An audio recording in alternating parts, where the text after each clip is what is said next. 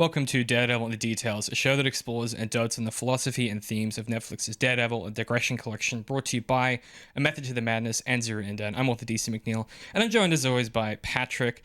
Patrick, this week I'm sad because it's a funeral, but also I'm scared because there's a bomb.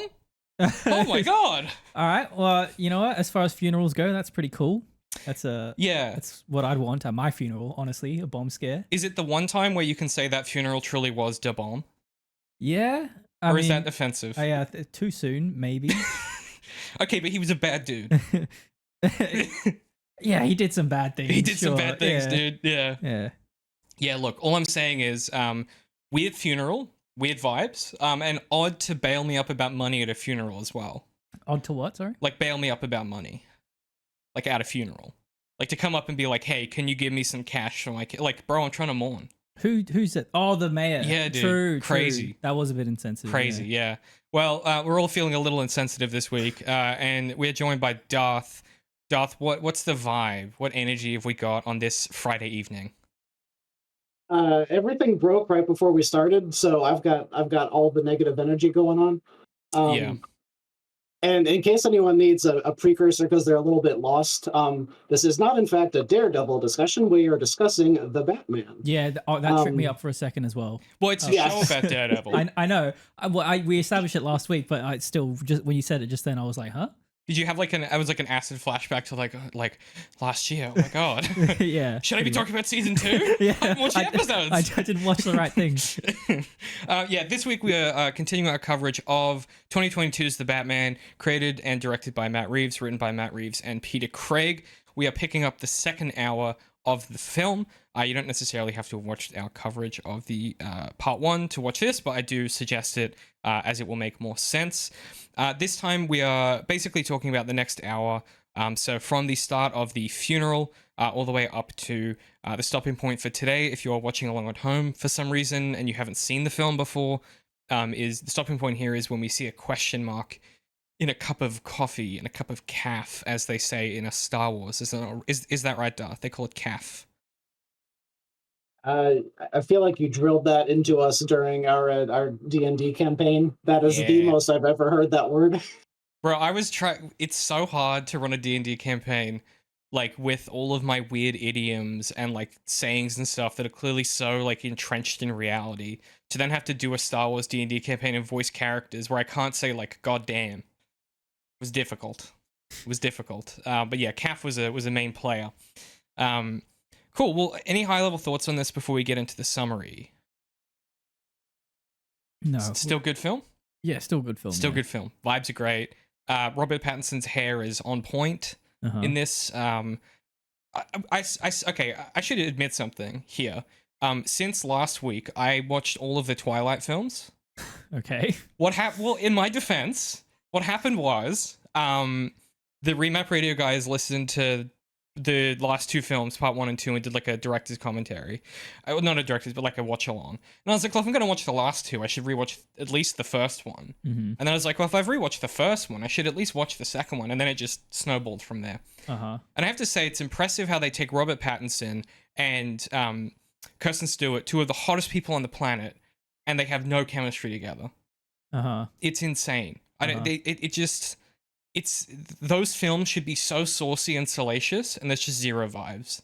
Wow, their relationship is cold like Edward's body, I suppose. It's true. Yeah. There is some well, and then when they're the same temperature, it's hello. It gets all a bit raunchy at that point. I've only ever seen the first one. Oh, you're missing out, dude. You got to get to that last film with that weird baby. Yeah, I know about the weird baby. The little animatronic baby they made. They had the CG over it. Anyway, that's been my journey this week. So I might be bringing a bit of Twilight lore with me on our journey through the Batman. Patrick, when you're ready, could we please hear the summary? And fair warning on this one, I did not proofread this after I read it. Oh, shit. After I wrote it, even. Bruce Wayne arrives at the mayor's funeral. He sees Carmine Falcone and a familiar woman in black boots on his arm. Bruce intercepts Falcone, the woman, and Oz at the entrance to the church. Falcone describes the time Thomas Wayne saved his life from a gunshot wound and asks if that meant something. It meant he took the Hippocratic Oath, Bruce retorts.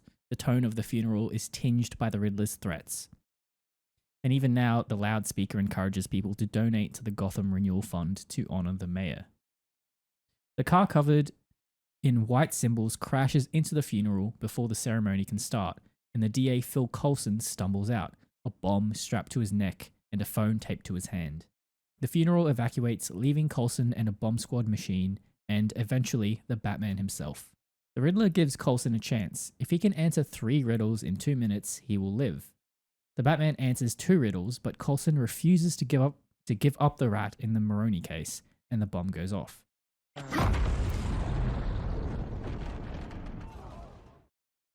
Batman wakes up in an NYPD holding cell. After mixing it up with the cops, Jim Gordon provides a distraction and the Batman flees by leaping off the roof and wingsuiting away. He hits the ground rather hard. It looks like it hurts. The Batman meets Gordon to discuss Kenzie and the rats. They decide that the most likely suspect is the penguin, the rata alada. It means rat with wings, like a stool pigeon or a penguin. The Batman and Gordon track the penguin to a drug lab, but before they can make their move, Catwoman arrives to steal the penguin's money. A shootout erupts between the penguin and Gordon. The penguin flees and the Batman pursues in the Batmobile, while Catwoman gets away with the money. After a fraught car chase, the Batman captures the penguin.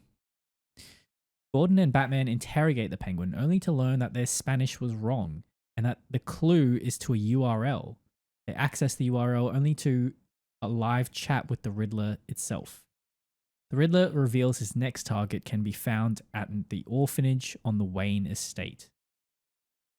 Gordon and Batman head to the Wayne estate to investigate, only to find the place full of dropheads. Behind a door painted with "Where It All Began," the duo find a projector finding Thomas Wayne's announcement of his mayoral candidacy and the Renewal Fund. The sins of the father shall be visited upon the son. Bruce races home, but it is too late. Alfred is caught in an explosion meant for Bruce. Back at Wayne Tower, Bruce spirals. He lays out the evidence on the floor of the living room and realizes he should start with the Renewal's files. As he does, Selina activates the contact lenses. Batman meets Selina on the rooftop and fumbles the conversation, only for Selina to reveal that Falcone is her father. The Batman agrees to help and Selina kisses him. Riddler's video exposing Martha's mental health problems covered up by the Arkhams, only for the reporter investigating the claims to be killed by Carmine Falcone at Thomas Wayne's instruction. Bruce heads to the club to see Falcone. In the lounge upstairs, Falcone explains that Falcone did kill this reporter in the interest of protecting his mayoral campaign. Falcone also reveals that Salvatore Maroni had Thomas Wayne killed in retaliation for Thomas's relationship with Falcone. Back at the hospital, Alfred wakes up and Bruce accuses him of lying. Alfred sets the record straight. Thomas didn't get anyone killed, and he was protecting Martha. Falcone killed the reporter to gain leverage over Thomas. Thomas threatened to go to the police, and that night Thomas and Martha were killed. After a tender moment with Alfred, the Batman answers the bat signal. This time, it's Catwoman who summoned them. Catwoman has captured Kenzie, and she plays a voicemail left for Selina, where we hear Anneka's death. The message also details Anneka revealing that Falcone is the rat who now runs the city. Everyone works for Falcone. The DA, the police, the mayor, everyone. Selina races to the Iceberg Lounge with designs on killing Falcone. The Batman pursues. While Selina gets Falcone alone, the Batman cuts the power in the building and manages to intervene at the last moment, saving Selina from Falcone. The Batman brings the rat into the lights, welcomed by every cop who isn't corrupt, and just as they step outside, Falcone is shot by a rifle. The Batman and the police race to stop the Riddler, discover his hideout only to find the Riddler waiting in a nearby coffee shop. The Riddler surrenders without a fight, the rat has been brought into the lights, the Riddler has been captured, and for the moment perhaps the threat is over. Very good, very well done, Pat. Okay, this is a big kind of meaty piece of the film. I feel like the plot is in full gear now. Mm-hmm. We've gone from laying out the stakes to just it's all go. Mm-hmm. We get our kind of big false ending with the Riddler being captured. Mm-hmm. It's a classic thriller genre maneuver, and you know we'll sort of talk about the ways that is leveraged and the points of comparison that people bring up with some of the Nolan flicks. But I guess let's start at the start. We've obviously got this big funeral setup. You get Bruce where we left off last time. We kind of talked about his arrival. I I like this little maneuver of Bruce thinking that he sees Selina because the woman on Falcone's arm is wearing like very similar boots. Mm-hmm. And then they sort of get into this little exchange. And there's this, again, the sound design in this film, there's this like, there's music playing and they add this slight like underwatery reverb as some of the chimes hit as he's walking up, as you feel like kind of inside Bruce's head. It's really effective. And they have this little conversation where Falcone delivers this little he kind of presents it, it's not quite like an epithet or a soliloquy, but it's in that realm. And he's talking to, you know, Bruce comes up and Oz is like, whoa, slick, you know, great stuff from the Penguin. And Falcone's like, whoa, hold up, you know, Oz, don't you know who this is? You got the Prince of the City. You got the Prince of the City here. And you know, Falcone goes, you know, his father saved my life. I got shot in the chest right here. I couldn't go to no hospital, so he showed up on his doorstep. Operated right there on the dining room table. Kid here, he saw the whole thing up on the stairs looking down. I remember your face.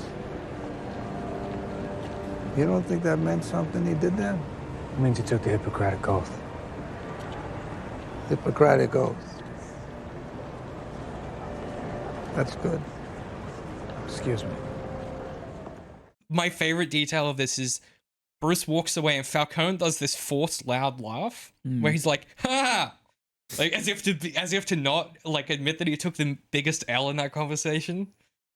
There's something about John Turturro's performance as like Falcone that's so unique and works tremendously well. Illustrated by scenes like that, like when he does that laugh. I don't know. He's just he brings such a unique energy to this role, and you know how like they recast him in the Penguin show? Yeah. Yeah. It's like, it's different and it shows and I don't know. I've seen some criticism leveled at John Turturro, not like for his acting skills, but just that he was miscast. He brings like a sort of like a, what would you call it? Like a slimy, creepy energy rather than like a mob boss energy. But I think that's exactly what makes him work for me personally. Interesting. And scenes like this where he's talking with Bruce and he does that laugh, I think it just like it just works for me. It's so good. I think there's a subtlety to the performance that he puts forward here. It's not necessarily just that he is slimy, but it's the particular way that he's slimy to me. It's not a Paul Dano's performance here is like weird guy energy. Falcone is like reserved. Everything is like subtle and understated, and like he doesn't feel the need to puff out his chest or anything like that. He's not like he's not like Oz, where Oz feels like the need to like walk into a room and be the center of attention. Falcone doesn't have to do that because he knows he has all this power and he's in control. Even when he's captured at the end, he just doesn't think anything is going to happen to him. I think you can compare that with like Tom Wilkinson, who plays Falcone in Batman Begins, and he brings that like big guy gangster energy. And I just think they're aiming for different things. But yeah, I agree. I think he's fantastic. And obviously, absolutely outstanding performance in Severance as well. Like, just steals that show. Yeah. From Adam Scott in so many scenes. Dath, Funeral. I've got a few other details I want to talk about, but high level. Is there anything that you want to point us toward? Well, still on that scene, one thing that is interesting is the fact that Falcone brought up that story in the first place, because unless he's just so messed up that he's intentionally playing mind games just because it makes him happy, it feels like it's something that the writers put in just so we wouldn't suspect him, because now the audience knows, oh, he owes Thomas, so obviously he wouldn't be involved in having him killed. So then later on, when he's telling Bruce the story, then the audience will now believe him, because of this story. But like, once you know all of everything that happened, why does Falcone tell Bruce this story? Like, the only thing that makes sense is he's like rubbing it in Bruce's face, like, your dad saved my life and I killed him, but you don't know that. Well, Bruce brings a very self-righteous energy to this funeral, I think. And maybe that's Falcone's way of taking him down a peg, being like, your legacy is not as squeaky clean as you think it is, sort of thing. Like, you know, I can tell that you're looking down on me, but hey, like, we're all in the muck together kind of thing. That's maybe how I interpret it. I think the other component there that's at play is he views him as Falcone views Bruce as a rival to the inheritor of the throne of the city, right? It's the Prince of Gotham you got there, and Falcone is the king of Gotham right now, right? And so there's this kind of, I think you're right, taking down a peg is exactly the way that I read this as well, where there's a kind of, there's a competition Falcone feels with Bruce, and this is, yeah, exactly right. His way of like this is one of those, this could have been any other anecdote, but the fact that your father saved me from like a gunshot wound that I sustained doing crime, like, you don't think that meant something? Like, you don't think that he was, you know, basically like endorsing my right to the throne? And Bruce is like, no, that's not what it means at all. Like, you don't understand the situation here. And the irony of that later is, of course, that Bruce doesn't understand the situation here. So I think it's both a red herring to Dath's point, but I also think it is flavorful character building, and it is doing a lot of positioning of Falcone against the Bruce legacy and the Wayne family, so that as the story goes on, as these things come up and become complicated, you've like, it's sort of a setup for there's a relationship between these two families in some way. We get a reminder later and then a payoff. So I also think it's that too. Like most things in this film, it's doing more than one thing at once. Yeah, it's interesting. Also, I don't know that there's any way to prove this, but it also could be that as the heir to the you know, family fortune and all that, Bruce may have some kind of claim to all of that money that was set aside, and he could say, no, I don't want it to go for this anymore. I want it to go for that. That's interesting. And so Falcone is like trying to get in good with him and saying, you know, you don't think that meant anything to me. I owe your family, not just I owe your father, but I owe your family. So I'm your friend. So don't come after my money. That's actually a really compelling angle to me. That there's a threat that Bruce Bruce poses to the ability for these guys to keep embezzling and running the city, because he has that, because he is Bruce Wayne. And it's Thomas's foundation. That's actually really interesting to me, Dath. I think there's a really interesting paper in that. I think taking that reading and going, to what extent is this all about Falcone being threatened by Bruce in that capacity versus trying to build that relationship or build that rapport, or like you said, Pat, you know, kind of put him in his place as the kind of prince to the king sort of thing. Yeah, that's an interesting angle. Because he is like kind of especially nice to him. Like, you know, later on when he's like invites him into the club and stuff. Yeah, he treats him like a like the prodigal son returning or something. Or like a, you know, a nephew that you had this uncle when you were a kid that you saw all the time, and you went away to college and you haven't seen them in like 10 years, and you come back as an adult now, like, oh, it's you, like come through, man, like, yeah, I'll tell you all about your dad and all the shit he did, like, don't you worry about that. It's I really like that. The other thing that I picked up on here, which I don't think either of you guys did, or I know Dath, you said in the group chat this morning, you definitely didn't, but at the funeral, I don't know if you guys picked up what the loudspeaker was saying, but, you know, the voice, the PA. Only because Pat said it in the summary that you wrote, so. Yeah, where they're like, you know, the service will be starting soon. If you'd like to show your support for the mayor, you can honor his legacy by donating to the Gotham Renewal Fund.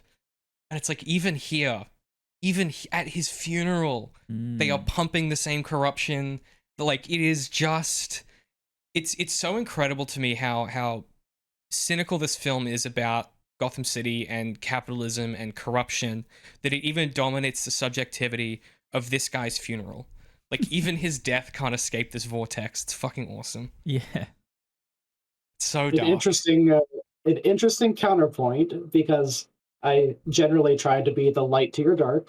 But the people running the ads, the people like on the front lines, don't necessarily know that the charity that they're doing is fraudulent, that is not actually, helping the people that they intend to help. And the thought that I have is, when you go to, at least in America, when you go to like grocery stores and stuff, they will say, do you want to, do you want to round up and donate to this cause or that cause?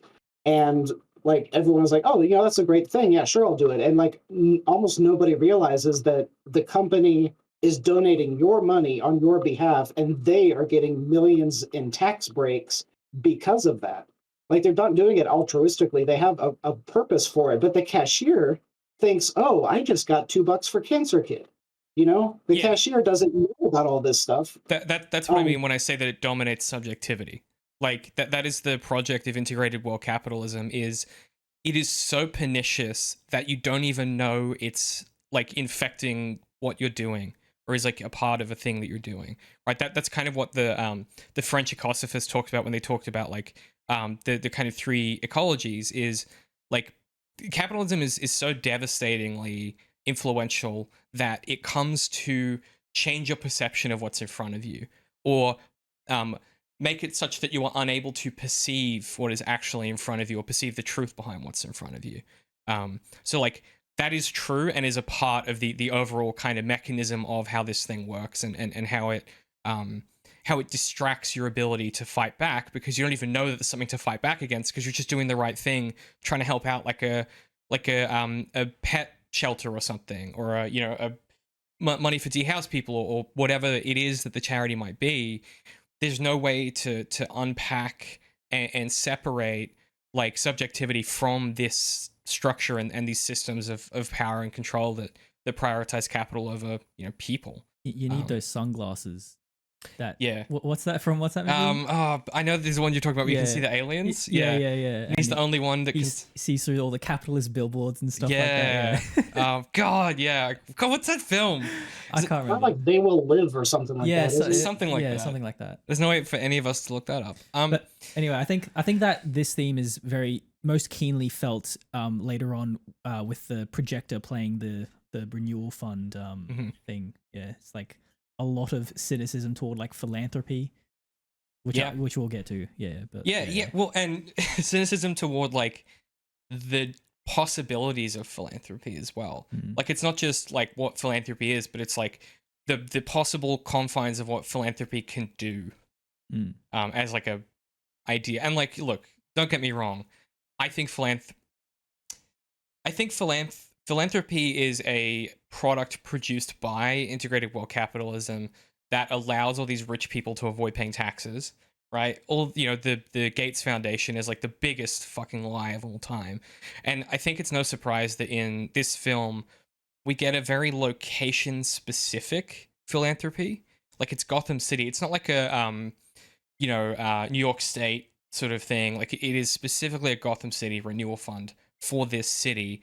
And so it has like a natural confine to it that helps this story approach that stuff, I think, more carefully than it might otherwise if it had to contend with like this being a nationwide foundation or something. Yeah, true.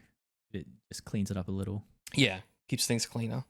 So talking about the philanthropy, that was something else that we had discussed in the chat where you and Rye were talking about the mayoral candidate who immediately comes up to Bruce and says, I've been trying to get in touch with you. Can you give us some money? And talking about, how bad that is and everything. And I'm like, whoa, she's got good person, noble vibes going on. And she still needs money to do good stuff, even if it's still in the same corrupt system. You can't get into the system to make change unless you have the money. So yeah, it's like kind of weird to be coming at a funeral and say, hey, let's talk about money. But I mean, it's not necessarily evil if she is not, an evil person, which we don't really know at this point. We weren't saying it was evil, and I would have agreed with that position before 2018. Candidly, I wasn't saying it was evil. My point perhaps was rather that like she has to ask Bruce for money in this moment, and that money will probably come from either Bruce directly or the Gotham Renewal Fund or something. We don't really know what her like play here is. But I was doing a bit about George Bush Jr. in the chat where I was like, it's that classic line of like, if you have to do bad things to get into a great position, if you have to do terrible things to get into a great position, then it's a terrible position, right? That was his whole justification for like, he was like, well, to be the president of the United States of America, you have to do, tremendous acts, and some of those acts are terrible, but they're necessary. And what we've learned since is that, like, maybe we should hold people to a higher standard than that, and maybe we should ask more of our politicians. However, I was not implying she was evil. I was just maybe making a point about capitalism. It is just curious to me that she has to bail him up at this event where... Because, like, he, like Falcone, is a recluse, right? That's a detail that you get parlayed through Falcone. When they first arrive at the funeral, he's like, oh, the only other person in Gotham more, as recluse as me, he's brought you out as well, sort of thing. And so I think it's curious that this is her, like, she's got him in person. This is her one opportunity. I don't think the moral scruples of philanthropy is not a consideration for Bruce, though. Which it speaks to, I think, like a through line going through this sequence of, you were talking about how the filmmaking really plays up Bruce's subjectivity in this sequence. And there's like a series of things that happen that sort of, that like, oh, I'll get Just that throwing one. shit around the studio, folks. So, for example, you could, so we've talked about like the themes of this film, Bruce fighting the symptoms and not the sickness kind of thing. Like, his very narrow view of morality. And he's just suspicious of everyone at this funeral, right? There's that guy that tries to cut in line and he gives him a look like this guy's like a serial killer or some shit. There's that guy who starts talking next to Bruce about like, oh, what good's a safety net that doesn't catch anyone?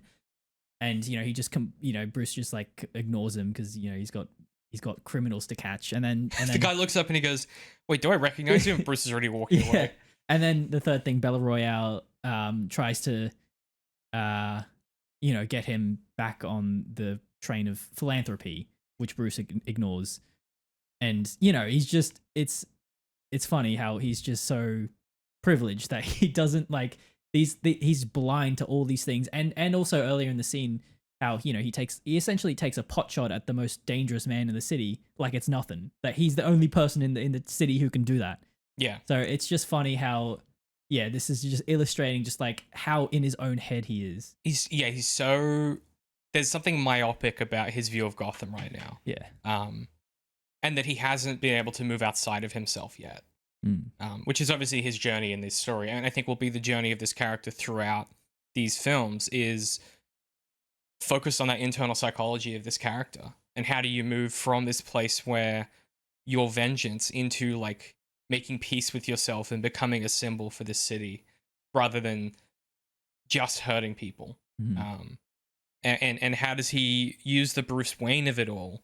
Right? How does he go from like, Alfred, I don't care about that, to like, no, like it's a tool in my utility. That's another tool that Batman can use, is the Bruce Wayne persona. And he's just not there yet. And I should say for this reading as well, I read one of the comics that is largely influenced on this film, which is a one-shot called Batman Ego, which is basically it's a one-shot where Batman barely survives locking up the Joker. Like, he's been shot pretty badly, and he comes back to the Batcave. And he gets...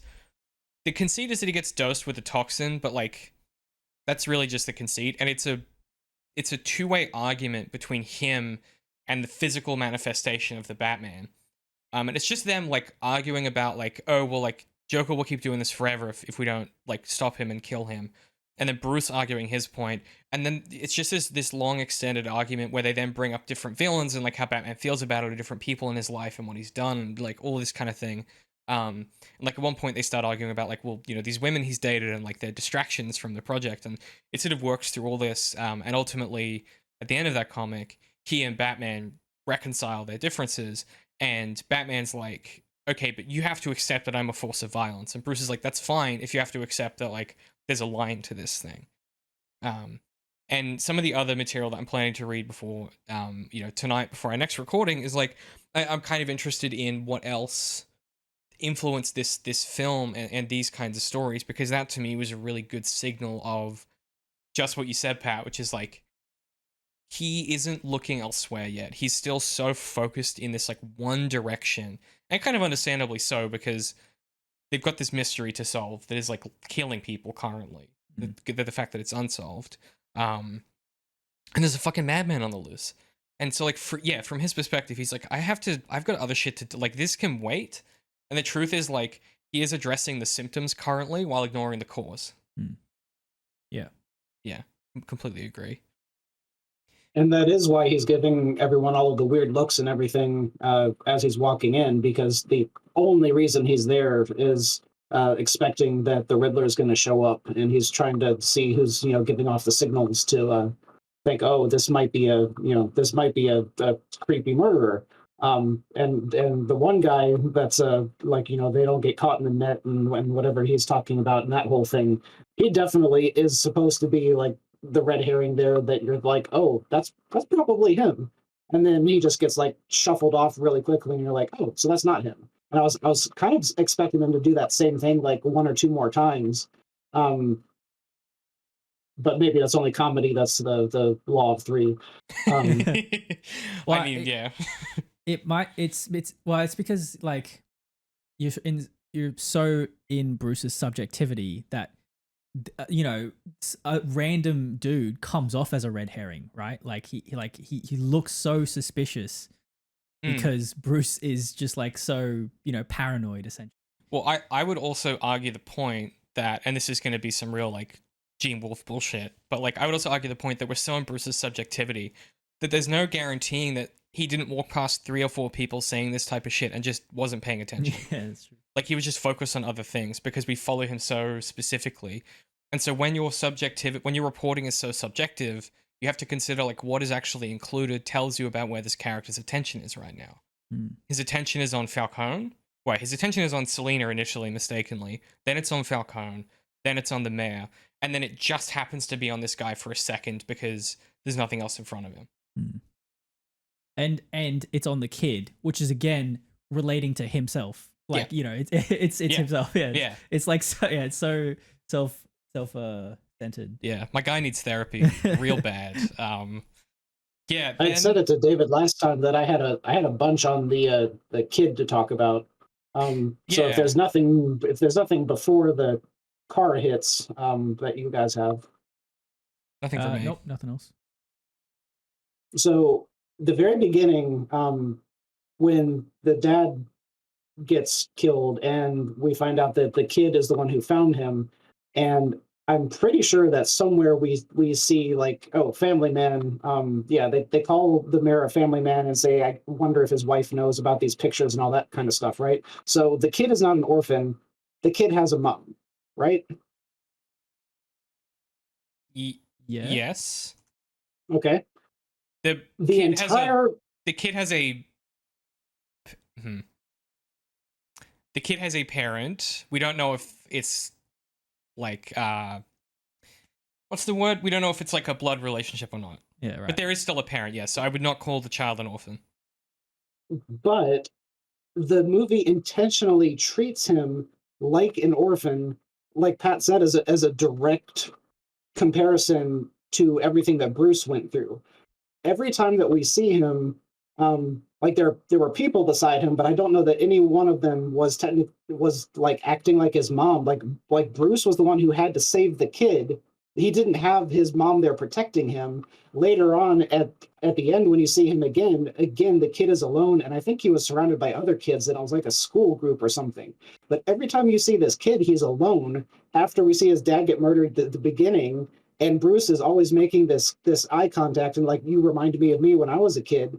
So it's just really weird that they made this kid treat him like they treated him like an orphan, even though he's not. Well, I think that's to Pat's point before. Bruce is treating him this way because it's Bruce's subjectivity, right?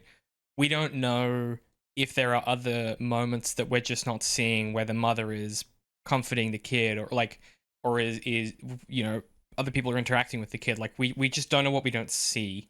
And so for like, I think that the film's focus produces that sense of like, I don't know how else to say this. It feels too clean to be an accident, to not be something that is constructed by subjectivity. Mhm. And then Pat said in the first recording session, like, you know, the way that scene is set up initially, that opening shot of the film, it kind of, you'd think you might be seeing Bruce's origin story for a minute, and then it turns out that you're not, but it echoes it and reminds you of it sufficiently so that they don't need to repeat it. I think you're right, Dath.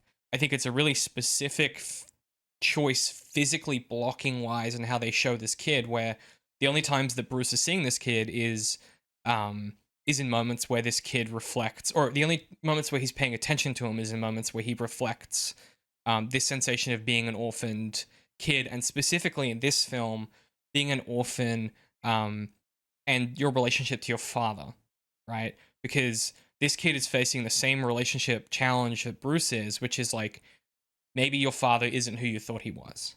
Do you know what I mean? And so I think there's a nice parallelism there of like, it specifically is about the father. And so even though he's not technically an orphan, you know, Collins Dictionary defines orphan, but there is certainly something in that, Dath, I think, as a way to read how Bruce views this kid versus perhaps the larger picture that we don't see outside of his frame of reference.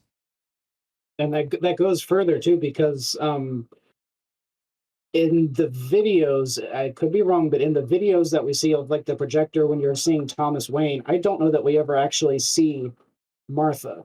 You do for like 2 frames, and then she's in the video that gets leaked later for like a couple frames. So she is there, but like, it's really but it's minimalized. So quick. It's intentionally like almost non-existent. Yeah. And then the same thing with Selina when she's like talking with Falcone. So we have what 3 different characters in here that have intentionally only that father relationship, and either not acknowledging the mom or saying the dad killed the mom, or in Martha's case that she's only barely existent next to Thomas. And then we have this kid who gets his dad killed, but we never see the mom even there. It was just so interesting to think about that there are these 3 different things. And then another thing was the Riddler having this mentality of the sins of the father are okay to be passed to the son. Like that mindset is just, I don't really get. Oh, we'll get into that. We okay. gotta put a pin in that because I have reading on that shit. Let me just say this, folks. It's from the Bible. Oh, so we can get into that. It's Pat's favorite topic. And that's not even me talking about Bruce. That's talking about this orphan kid. Assuming, if we just assume for a sec that the mom was not in the picture and it was just the dad, then Riddler knows he is creating an orphan. And he's like, this kid would theoretically, if he wasn't rich, he'd have to go through the same thing I went through. But he's got this mindset of rich kids aren't orphans; they're something different. So maybe he doesn't feel sorry for him, or he feels a different way about him. Like I think that he might feel a kinship there. I think he still feels pity for this kid, and he feels more of a connection because it's a similar position he was in. Like it's not just being an orphan's bad. Being an orphan from a rich family that has a legacy is a different type of bad. I'm not saying one is better or worse. We know which one is better or worse, but like it's a different position to be in. That's really interesting, Dath. I also wonder, like, we'll talk about the sins of the father when we get to the Thomas reveal, but I think there is definitely a focus in this film about the ways that you inherit trauma specifically from your father. Right, Selina, Bruce, this kid. There are some pretty overt connections that are made in this film between who your father is and what their trauma does to you, and how you need to work through that. Mm-hmm. In some ways, it's one of the central themes at an internal character level for the kind of 2 protagonists in Selina and Bruce, from my perspective. Yeah, we'll come back to that when we talk about the Thomas stuff in a bit more detail, Dath. If there's anything else you have on the kid at this stage. No, that was pretty much it. All right, let's try and move through the scene because this is still the first scene. So the Riddler's car arrives. I edited the last episode this week, and let me tell you, that was 3.5 hours. So Yeah. we're gonna try and move quicker, but there's no way for us to do that. It doesn't seem like. So the Riddler, this car arrives, it crashes in, it's covered in Riddler symbols and shit. I love how low tech this Riddler is. The car is just like a SUV with just tape all over it. Mm-hmm. Like, it's not even paint. It's like masking tape or something to make these symbols. It's like everything you get from like, a hardware store Yeah. or something. Yeah. He's gone to the hardware store. He's buying all the shit. He's getting a hot dog and a white bread on the way out. You know what I'm saying? There's a thing in Australia, Dath, at one of our major, I might bleep the name because no free rides. They, when you go there, they do a sausage sizzle out front. You pay like $1 and you get it's white bread and it's a sausage, but it's not a hot dog. It's like the cheapest sausage you can buy from like a grocery store. And they cook it on a barbecue, like a 30-year-old barbecue. Yeah. And it's cooked by like some dad. You pay $1 extra if you want onions. Yeah. And then you pay like $2 for a can of soda. Even if I've eaten lunch, I'm buying 2. Like, you're never too full for that. It's great. So it's just the one slice of bread, and then the hot dog goes there, and then the bread closes around it. So it's a sandwich. We can't do this argument again because it is a specific food item. It's not a category of item. Also, I feel like a sandwich needs a top. There's no top. It's more like a burrito if you're going that. It's analogy. more of a burrito than anything. Or it's closer to a taco. Yeah. Like an open taco, like it's traditional street taco in some ways. This is literally an internet argument as to what a hot dog classifies as, because it's much more like a taco or something, like you said. Right. Yeah. But then, we can't get into sandwiches and burgers again because we'll be here for days. But that is a bonus Patreon thing that we will record at some point. In America, a burger is specifically a beef burger. So if you get a chicken burger, they call that a chicken sandwich. Huh? Yeah. I know. It's insane to me.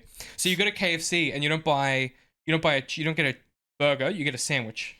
That reminds me of how in Japan a hamburger is just like a meat patty. It's not a burger. It's just the patty. The fuck? Yeah.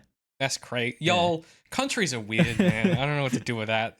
The social's predicated on its exclusions, It's called a hamburger steak over here, where it's just the patty. Oh, yeah. What? See, I would have thought in America a hamburger refers to the patty, but that's fucking wild. A steak. Jesus Christ. Anyway, the Riddler's car crashes in. Coulson falls out. He has a phone taped to his hand and a bomb collar around his neck, which is not a good way to start the funeral, to be honest. Everyone panics. Everyone leaves, right? As you said already, Dath, Bruce saves the kid from getting hit by the car by like that much. Is it? It's I've watched that scene a few times now. That car steers pretty wide of the kid. Patrick, seems. the footage will be on screen. The viewers can decide for themselves. I feel like it cracked me up a lot when I was watching it last night, because he's like very far away. You didn't need to dive, but it's whatever. Yeah. Let the man be. The kid was sitting house left, and then the car crashes house right. Yeah. Yeah. Everyone down. And then everyone clears out, and this little bomb squad thing arrives with these little cameras. And then Coulson's kind of looking. He's sitting in a chair. He just looks fucking miserable. It's like covered in blood. He's just like panicked, but also clearly has been panicked for a while. So he's kind of that tired adrenaline vibe. And yeah, the Batman walks in, as if it's a Tuesday. Just strolls in. Well, yeah, I love how the police chief is like, "What's he looking at?" And he's hearing Batman's spurs once again. And they're like echoing around the church. Doesn't know where it's coming from. Yeah, it's awesome. It's got some real Western vibe. This film is playing with so many different ideas. Yeah, the kind of little jangle is such a good audio detail. And then there's this like the Riddler. Batman answers the phone, and it's the Riddler, or Coulson, whoever answers the phone. The Batman answers the phone, I think. And there's two things that are set up immediately. The first is that the Riddler is live streaming this shit on like Kick or TikTok or something. And that the Batman is somehow a part of this. You get your first little hint at that. And I want to hear what you all have on this moment. So then we get some riddles. I'm just going to set the whole thing up. We get some riddles where he has to answer the riddles. They're initially pretty straightforward. And then the last one is, you have to tell me who the rat, you have to tell everyone who the rat is in the Maroni case, and he won't do it. And so he blows up, which is what knocks Batman out. I've got a bunch on specifically the live stream and the Riddler part of this, but what have you all got here on this? Not much, honestly. Just the fact that I don't know. It's a really creative way to express what the Riddler is as like a comic character. And in his role in this film, he's doing riddles, and this elaborate scenario that's set up to expose the corruption of Gotham. It's just real. It feels like a lot of this film has been setting up for this exact moment, and it's really interesting and comic-y, and it's because I've always been sort of like pretty vague about what the Riddler is compared to like the Joker, like what distinguishes him from the Joker. Right. Yeah, and like I feel like this is illustrative of what makes him unique. Yeah. And he liked puzzles growing up when he was a little Pat. He liked puzzles, and he's got to solve some puzzles. And he's like, Coulson's fucking freaking out, dude. He is not dealing with this situation well. The Batman just answers all of them for him. Yeah, I know. It's so great. Dath, what about you? What have you got? Only 47 things. Cool, same. So the first thing was just like a cool shout out to, again, the entire purpose that Bruce was here. And this was very much a detective thing, which the show is more focused on than some other versions of Batman have been, that as soon as he hears the screams, before the car even enters the church, Bruce turns around to see who is not looking towards the screams. Yes. And he sees the one dude up on the balcony that's not like running for cover and everything. And the only thing I wish is that he would have done something, because like he's identified, like that's almost definitely the Riddler. But then he saves the kid instead. I mean, that's the right call, but well, it depends on how close a call that was with the car. I don't know, the viewers already made up their own judgment by that, but if you only listen to the audio of these, you're missing out. Look, yes, but also what a great character detail that instead of immediately pursuing this person that he's identified as suspicious, he goes and saves this kid that he identifies with. But that's also wrong for him. He's not that person yet. I know. That's what I'm... Wait, he's not that... No, this is like a selfish act. He's identifying with this kid. You know that whole scene we just talked about subjectivity and how much he's putting himself into this kid? So he's saving himself. He's not saving the kid. Okay. I think it's both. I think schematically it's like if you want to put an intention with what you just talked about there, the way I would put those two ideas in tension, which is him seeing that suspicious person and him saving the kid, I think it's him deciding to save the kid in this moment, even if perhaps the kid didn't need saving, instead of pursuing this suspicious person. It's his like weird brand of Batman adolescence. Yeah. Yeah. Not focusing on the greater good yet. What I would have preferred to see a little bit of an arc here is that right now he ignores the kid. Right now he ignores the kid and tries to go get Joker, but he can't find him because there's too many people running around. At the end of the movie, he lets Joker go, or lets one of Joker's henchmen go, because he has to save the kid, and because now he's changed. And so we could very much see that he is, he is no longer vengeance. He sees that other things are more important than vengeance, and now he's like, okay, I want to save the kid that I almost let die before. But I didn't even have that written down. That just popped into my brain. What else you got? The second thing was the derpy robot that comes in, and like all it does is stick a camera in Coulson's face, and it doesn't bring him water, right? It doesn't do anything. The police are like, I don't know, man, we gotta get some cameras in there. Is that what normally happens when you send a bomb robot in? If there's a hostage, bring them water? Yeah, get me a Gatorade and a 40.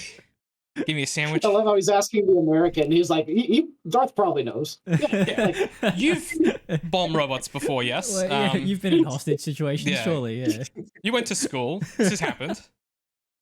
But yeah, but like go back and look at the shot, because it is funnier the more times that you go back and watch it, because the camera comes like right up close to his face, and his face is like this on. It's a tight shot on the the cops that are looking at him, and I'm like, what are they trying to see? Are they trying to get an eye scan? Like, what's going on here? Oh, but they're trying to look at the bomb collar, dude. It's on his face. The shot is his face. Go look at it. They might be.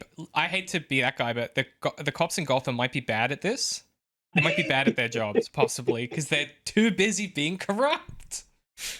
Too busy hating on Batman. I love when Batman shows up and he's like, the police chief is like, Gordon. Yeah. What's he doing? He's interacting in a live crime scene. Interfering in a hostage situation. Yeah. Get him out of there. Every time I see that derpy robot now, I'm like doing like voiceovers in my head, and it's just going like, "What are you doing here?" Excuse me, Mr. Coulson. I think we had talked about it last time that the amount that he got bribed was so hilariously low. Like, he did it for 10 grand. Well, it's 10 grand a month is the detail that I didn't realize. Yeah. Is it? Yeah. Which that makes is way more sense. a lot of money. Yeah. Okay. So just not to prosecute certain cases. Yeah. Yeah.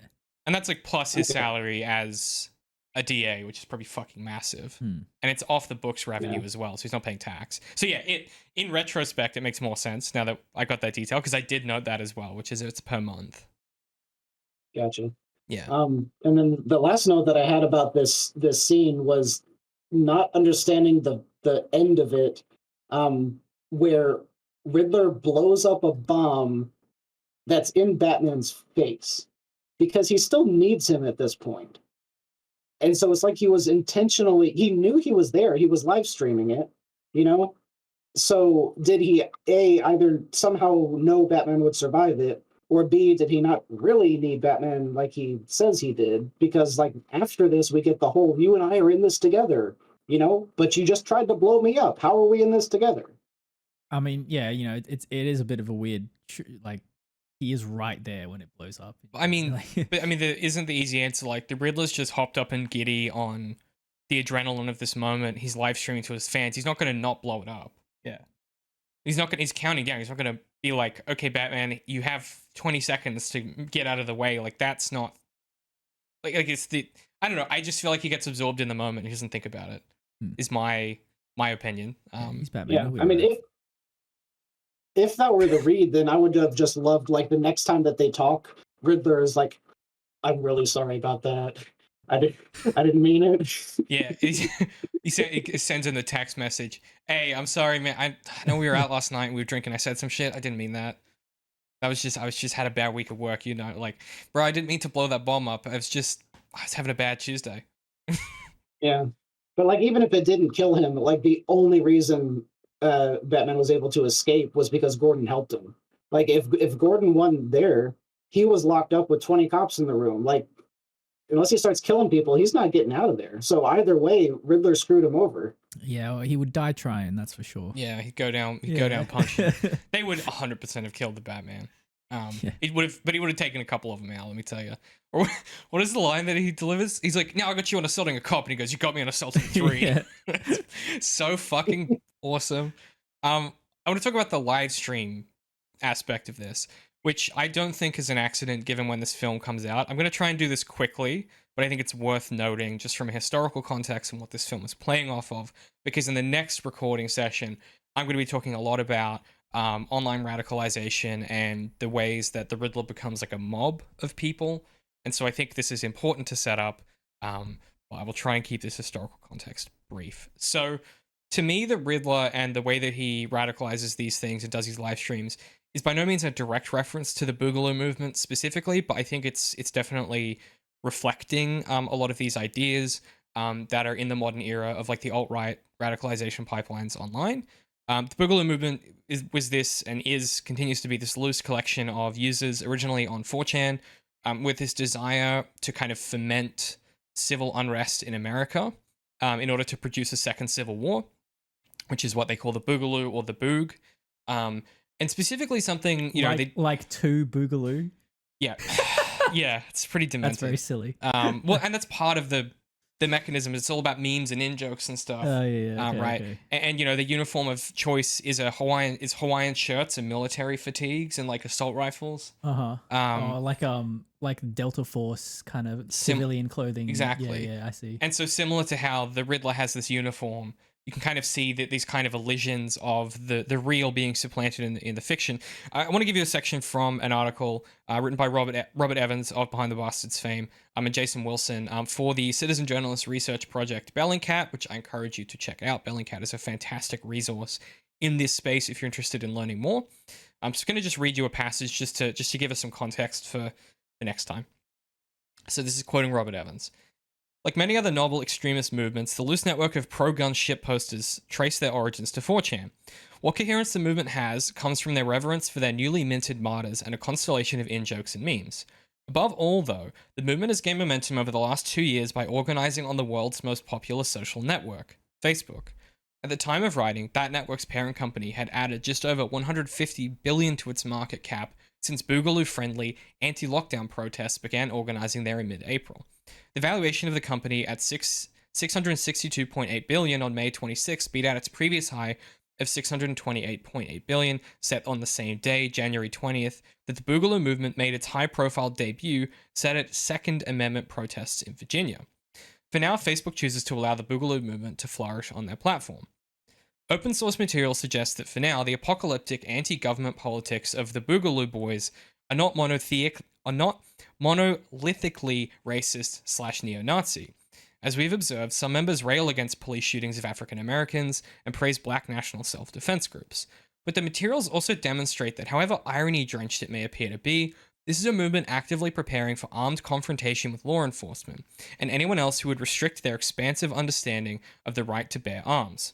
In a divided, destabilized post-coronavirus landscape, they could well contribute to widespread violence in the streets of American cities.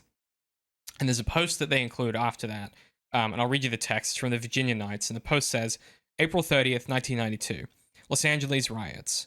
Open gun battles were televised, including an incident in which Korean shopkeepers armed with M1 carbines, Ruger Mini 14s, pump-action shotguns, and handguns exchanged gunfire with a group of armed looters and forced their retreat. Hashtag never forget, hashtag 2A, and then in brackets, this isn't a call to action, just a history lesson. And then it has this image with it, if you can read that text on that image, Pat. When all else fails, vote from the rooftops. As in with rifle fire. So the obvious comparisons here are like the specific outfits, the live streaming, the close-knit community, the in-jokes and references, right? Sins of the father, no more lies, all of the catchphrases you see painted in the Gotham Orphanage. Those are all clearly like kind of catch cries of this community and this kind of group of people that the Riddler's been building up, right? They're all repeating his rhetoric. And, I've seen a reading of this film that tries to connect all of this together far too cleanly for me, where they sort of go, well, the people at the start of the film painting the bank, they were obviously followers of the Riddler. To me, that reading, using this stuff, I think reduces and collapses the text a little bit too much for me. But obviously the fact that you've so far got two collective gangs of criminals that have in-jokes, that are filming and live streaming things, right? The Joker gang, and now we have the Riddler's community, is kind of the point. Like, Gotham is a hotbed for this kind of radicalization that finds its start online in live streaming videos and these kind of niche communities. So I just wanted to put the historical context of what is happening in America while Matt Reeves is writing the Batman in 2020. Doesn't feel like a, direct reference to me, but it feels like this is all kind of a piece with that moment in time and continues to be of a piece now with the kind of rise of fascism in America. So just wanted to put that kind of in historical context. Mm-hmm. Interesting. Yeah. Okay, so anything on that, Dath? Oh, or lovely. Just absorbing? It's just so lovely for you guys to be sitting safe half a world away, isn't it? Yeah. It's still very, very stressful though. Like every day. Yeah. There will be impacts over here. I mean, we're also having a pretty hard turn in our country toward the conservative right as well. So, you know, it's certainly American politics certainly influence our country in pretty specific and pernicious ways.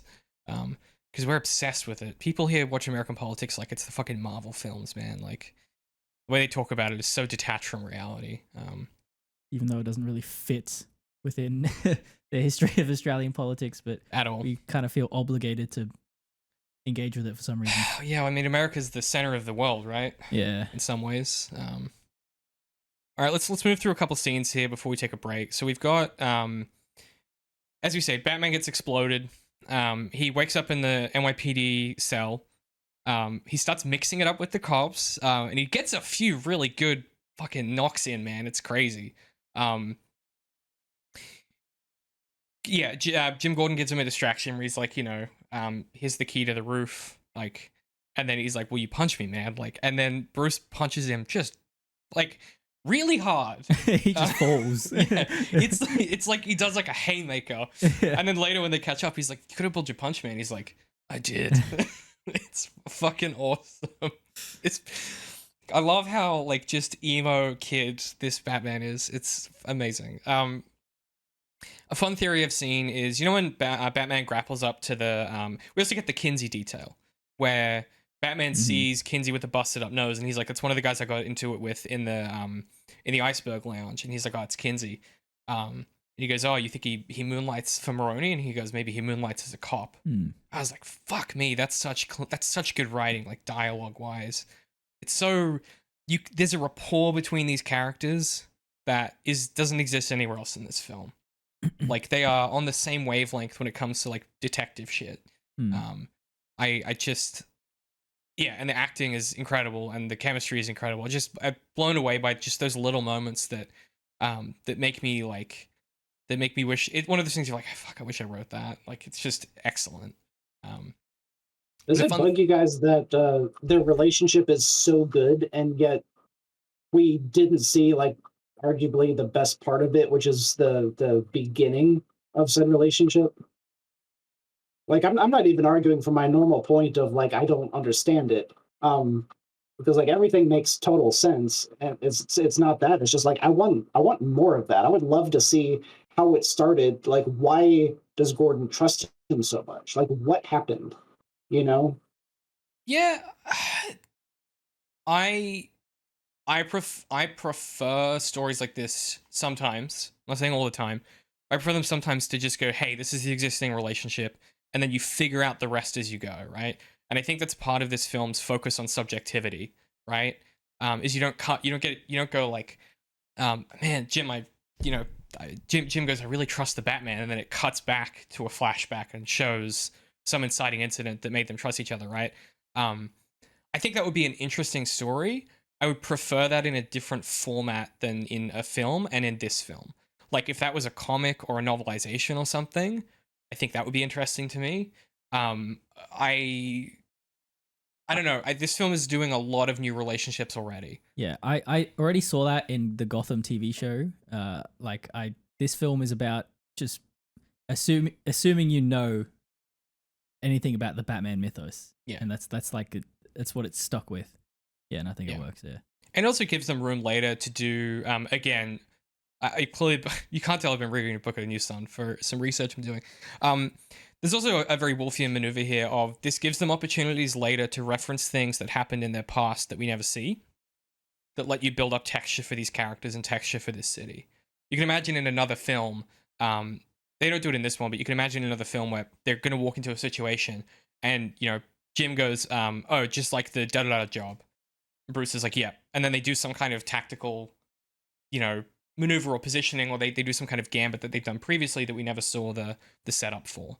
That's where I think you get a lot of value from this kind of thing, as opposed to seeing it have to happen. But yeah, I mean, it's an interesting point. Yeah. And I think it was more just about the like how good that relationship is that I wanted to see more of it. Yeah. Like I got the same vibes at the end with Joker and Riddler. Like, and you didn't even see Joker, but I'm like, I want more of that. I want more of the like the way that they interacted with each other was so good. I wanted to see more of it, and that's what I was saying with Gordon and Batman. Yeah. Yeah. And that's what great stories do is you Yeah. leave it going, I Yeah. want more. And then The when less is more. then you come back to the next film. One of my favorite pieces of feedback I used to get on the first Maynard Trigg book was people would be like, that was really great, like great mystery, did a great mystery, like, oh, like, so, but like, I want more of the world. Like, I wanted more of the world. And you're like, that's what you want as a writer. You want to leave people with that, because then when they come back for more, you get to do more interesting things with it. Whereas if you kind of go like, oh, you want more of the world, here it all is at once, it becomes uninteresting. Or you have to do a lot of exposition that isn't particularly compelling. You think about those quite poorly received and quite poorly constructed Fantastic Beasts and Where Have They All Gone films, right? Where are my beasts at? Those films have a real problem with like this. They do so much exposition and they keep doubling back and trying to repair exposition they've already done and fix things and tell you things. You just never walk away from any of those films being like, I want to see more of this. You walk away just exhausted by the amount that you've seen. Just no restraint. Dude, where's my Fantastic Beasts? Dude, where's my Fantastic Beast, dude? Love that film. What does my tattoo say, dude? It says Beast, dude. No, dude, what does it say, dude? Dude. Fuck, that feels funny. Yeah. A fun theory I've seen, I think this is untrue, but it was certainly around in the mix during the before this film came out, is when Batman grapples up through the staircase. Allegedly, I don't think it's true because I scrubbed through. Allegedly, you can see in one of those levels someone wearing like a Court of the Owls mask. Oh. I don't think it's true.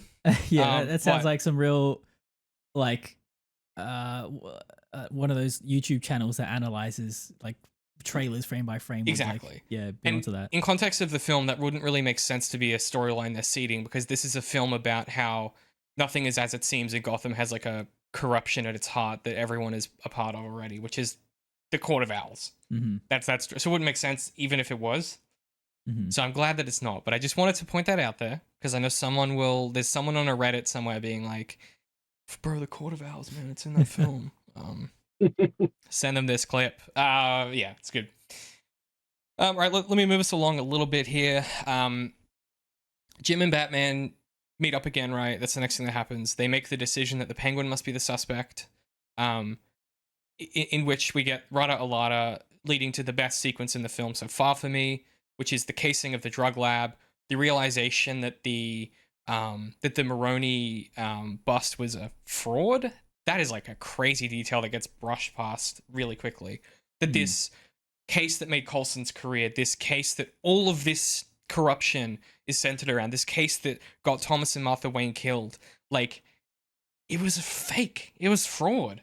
It's a pretty crucial detail as well, just to like like scrub over. This film is so good. It's just like, yeah, it's important. Don't worry about it. That's why I was so confused the first time I watched this film. Yeah. Because I don't know, I might have like gone to the bathroom like during that previous scene where Batman and Gordon are discussing the conspiracy on the rooftop. Yeah. So yeah, I was pretty confused, but yeah, on like, you know, fourth rewatch, it's like, man, so peak. It's peak, man. And then Catwoman just shows up and you're like, wait, no, we were in the middle of something. It's great. And that was one of the biggest questions that I had was when he and Gordon are standing up there on the roof and they're talking about the rat, and they're saying that this could tear the entire city apart if the identity of this rat gets out. And like, they must have brushed so fast past this idea that the entire thing was a scam in the first place that I could not figure out why the rat was a problem. And the entire plot point now was the rat's name getting out is a problem, and I could not figure out why for the life of me. So I don't know if, like, David didn't seem to think that's a problem because the story was like intentionally not focusing on it. Well, I mean, it's clear from context, right? Every police officer involved in that, the DA, every case that's been prosecuted since, every case that wasn't prosecuted since, the mayor, everything that's happened since that drug bust, if that gets revealed, everything about the city is now called into question. Everything about law enforcement is called into question. Everything about governance is called into question. Like, I don't know, to me it was pretty clear, but also, like, the film does explain that later. I think in that moment, you're supposed to not have pieced it together yet. I don't think it's until Bruce goes to see Falcone that you start to go like, oh, this, or when they go to the orphanage as well. I think that's when it starts to hit you, like, the consequences of this. Well, I sort of understand what you're saying, Dath, because, like, you know what? Because say the rat wasn't Falcone, it was just some CI. Like, you know, if their name got out, there's, you know, that's just protocol. That's just like normal investigation police stuff, right? Sure. So it's only if you know that it was by a rival mob boss who has, you know, political capital, then that's, you know, the significance hits you then, yeah, later in the film when that's revealed. But yeah, like, you know, when they're talking about how it could tear the city apart if the name of the CI is revealed, it's like, why? Right. Yeah. Yeah, because in most stories it would be about these heroes protecting that person, and the reason it would tear the city apart is because if you know that if you report a crime you're going to get killed, then it's just going to lead to more bad stuff. So they have to find this pigeon to protect him, to protect the rest of the city, but then that's not what they set up at all.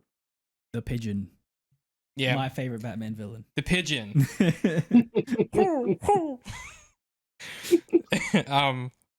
Yeah, God, okay, we gotta talk about the fucking penguin sequence here. I love this fucking movie so much. The penguin is like, you know, he's effing and jeffing about with his crew. Catwoman turns up. It goes from like everything chill to firefight in 0 seconds flat. Mm-hmm. I like how Batman gets knocked out for a second. He's just lying on the floor. It's so crazy.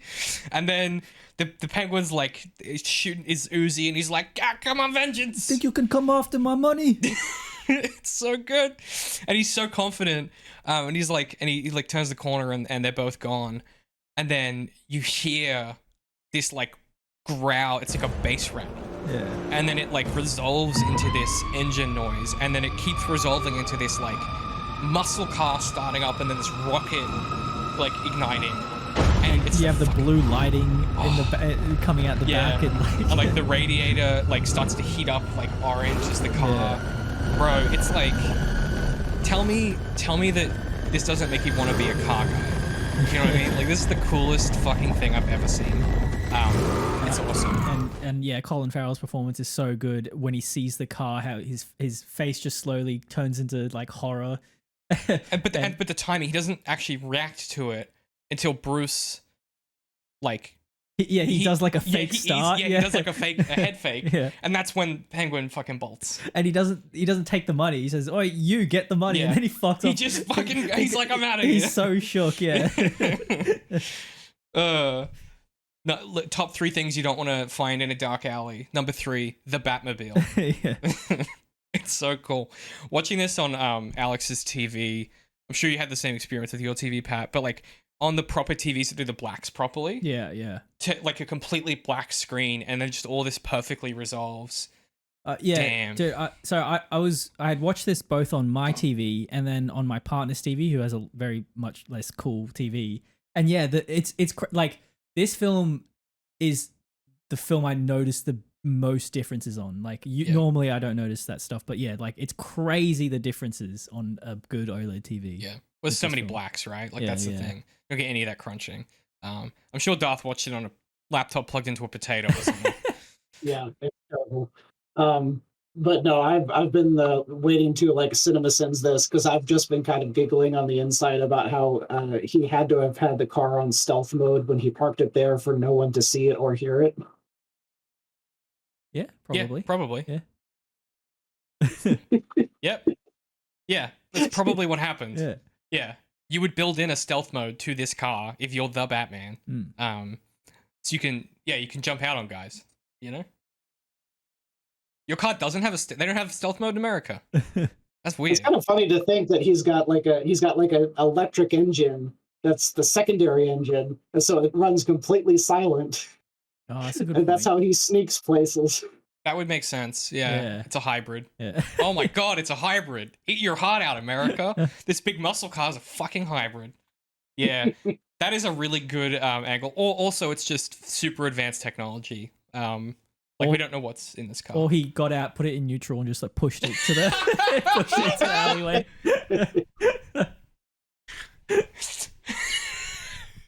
Someone, please do that fan art. Oh, that's even funnier. Or like he pulls off the road and he just puts it in neutral. He's just freewheeling it. Yeah. turns And the he's like, engine "Oh, off. I hope I can make this." Oh, it's like a Mr. Bean skit. He's doing like this in the car, like just to get He's trying to it get a few more meters. Like Opens the door. He's like Yeah. doing it like it's a scooter. Oh, that's funny. The Yeah, other then we- cool thing was Selina. They added in her whip, but it's a Yeah. oh, chain. true. yeah, That didn't register for me. it's Yeah. cool. Yeah. She like whips a guy and pulls him down so his head hits the car, and then she like Oh, knocks out another guy. It's These fucking twins sick. are not having a good time in this movie. They cannot catch a break, They're dude. always getting beat up. Hey, there's a lesson there, Patrick. They'll be working for the Penguin. Oh, I thought the lesson was don't be a twin. Oh, that might be out of your control. Is a twin unless you kill the other twin. That's true. If you kill a twin, are you no longer a twin? These are questions for Yeah. philosophers. Yeah, that's what Foucault was always talking about. So that's his regime of truth. What is a twin? We get the car chase, which is a really interesting car chase for me. We get a few car chases in Nolan's films that feel a lot more like the car chases in Tenet in retrospect than they do in anything else Nolan's ever done, where they're sort of very focused on the... Nolan has this tendency to focus on like he'll set up a scenario, and then that scenario will have like a series of like clearly relayed to you obstacles or physical like geometry in space that has to be contended with, right? Think about the car chase in The Dark Knight, or even Batman Begins. Batman Begins is a good one where, you know, they're chasing him through the streets, and then he goes up a car park and he jumps onto a roof and like he's doing all this shit. And then in The Dark Knight, that's in the first one. In The Dark Knight, you get they're transporting the Joker and Batman's sort of in pursuit, and they have to deal with the fact that like they're sort of right by the water, and there's all these pillars and stuff in the way, and there's all there's barriers that you can't get through, so you have to make really specific turning decisions and all this type of thing. Mm-hmm. And you know the blockade has to go one way, not the other way, And the there's ceiling's truck- really low, and he has to account for that when he's Yeah. smashing into cars and stuff. Yeah. Exactly, right? So like there's a lot of that stuff in Nolan.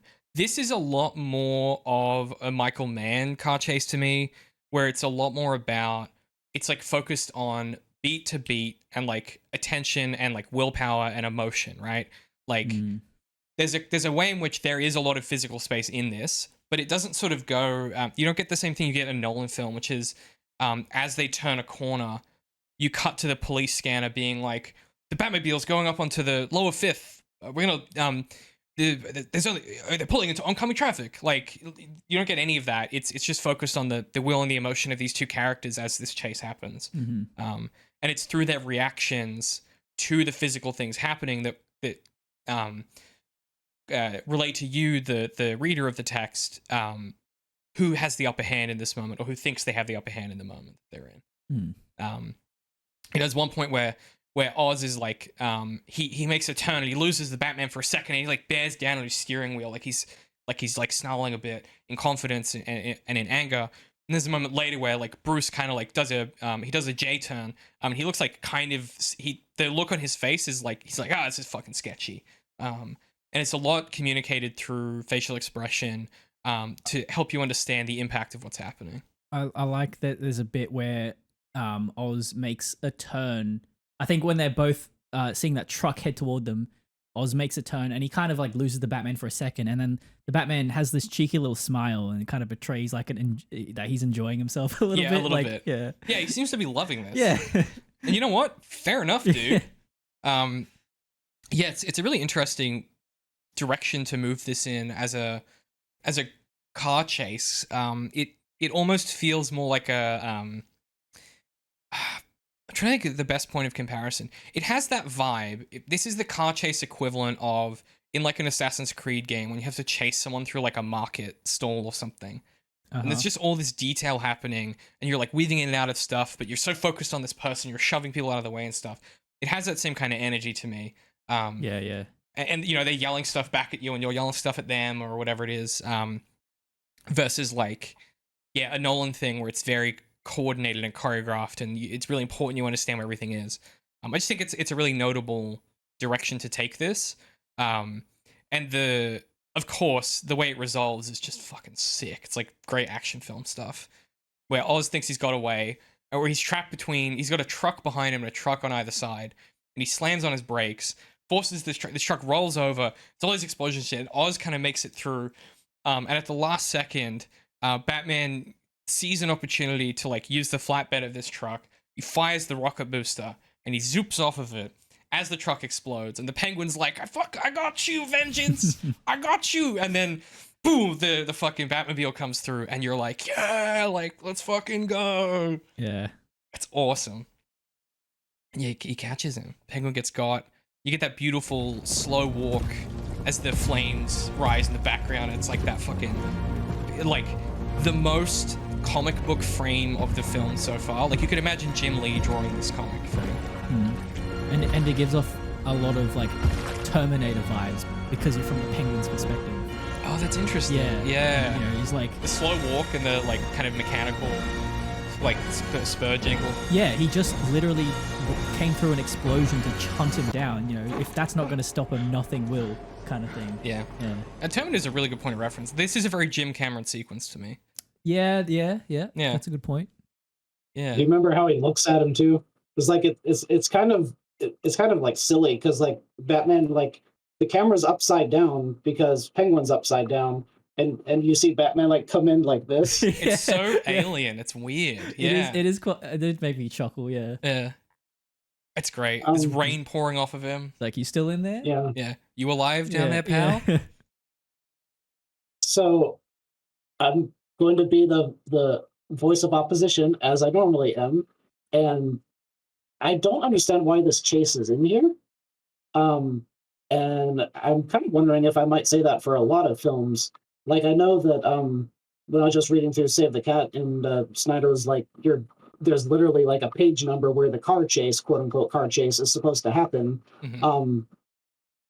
But I'm like, I don't understand why the chase is here, because Penguin can't, theoretically, doesn't want to get away. He's not going to leave town and just go somewhere. He's going to go back to the club. Like, if we're sticking to the detective stuff, Batman wouldn't even try to chase him because he knows where he's going. He would go and wait for him there and then take him when Penguin gets to the club because that's his safe spot. Right? Well, the larger thing about this whole sequence is that it's completely unnecessary. This is a massive detour to the story, like, because, you know, they get it wrong. The Penguin is not the Rata Alada. And so, therefore, this whole sequence is just there for, like, style, right? Essentially, yeah. It's style and it's action, and it also communicates some things about the things that this Batman will do to solve this thing. And some of those things might be erroneous, right? I think that's also the other thing happening here. Like, feeling like it's spurious is sort of the point at the end of the day. Like, you came for a Batman film, you know, like, You're going to have a Batmobile chase sequence. Like, I'm not saying I didn't enjoy, like, the action and the cinematography and all that. Like, I was taking notes on a Miro board, and like the thumbnail that we probably can't even see, but the thumbnail I use is literally the Batmobile coming through in the flames. And like it's like everything was so cool about it. But then I'm also like why, like structurally, why is this here? Because it feels like it's diverting from everything to me. But then if we go forward, when Penguin is like laughing at them, he's like, I'm not the right guy. Your Spanish is wrong. Like, you guys are stupid. Like, if they had a line that was like, you just caused $5 million worth of damage in this car chase, and I'm not even the guy you're looking for. Like, that would have sold it to me that the creators did this on purpose and had a pointless car chase scene as, intentionally part of the story, rather than just, I don't trust Hollywood to do things on purpose and they just wanted a flashy car chase. Does that make sense? It does, This film is so deliberate, though, that I just think there's no way that there isn't a reading of this that justifies itself, right? Like, this film is so specific. Everything in this film is so specific and deliberate. There is a reading here that I think would work for you, Dath. But again, I think you come back to the subjectivity of the film that we're watching. If there was a conversation that happened, I'm not saying with the Penguin, but at some point in this film, if there was a conversation or a news announcement about the damage that this car chase caused, Batman is not paying attention to that. He is blind to that stuff currently. So we would, even if it happened, we wouldn't see it. That's a Nolan thing to do. Yeah. In fact, I think they do it, right? Alfred, in one of the films, Alfred the next morning tells him, "Oh, you made the news and you caused all this destruction and shit." Like, yeah, well, I think in the third one, he's like, and because of you, Bane got away. Like, because the Batman came back, Bane got away. Like, did you enjoy your little joyride type of thing? So I understand what you're saying, Darth, but I also think the limitations of the film's narrative lens mean that is something that is unlikely to be in this film. I could see that being in future films in some capacity. Just interesting to think about. And I think Matt Reeves is very dedicated to limiting the perspective in very particular ways that do produce ambiguities like this. I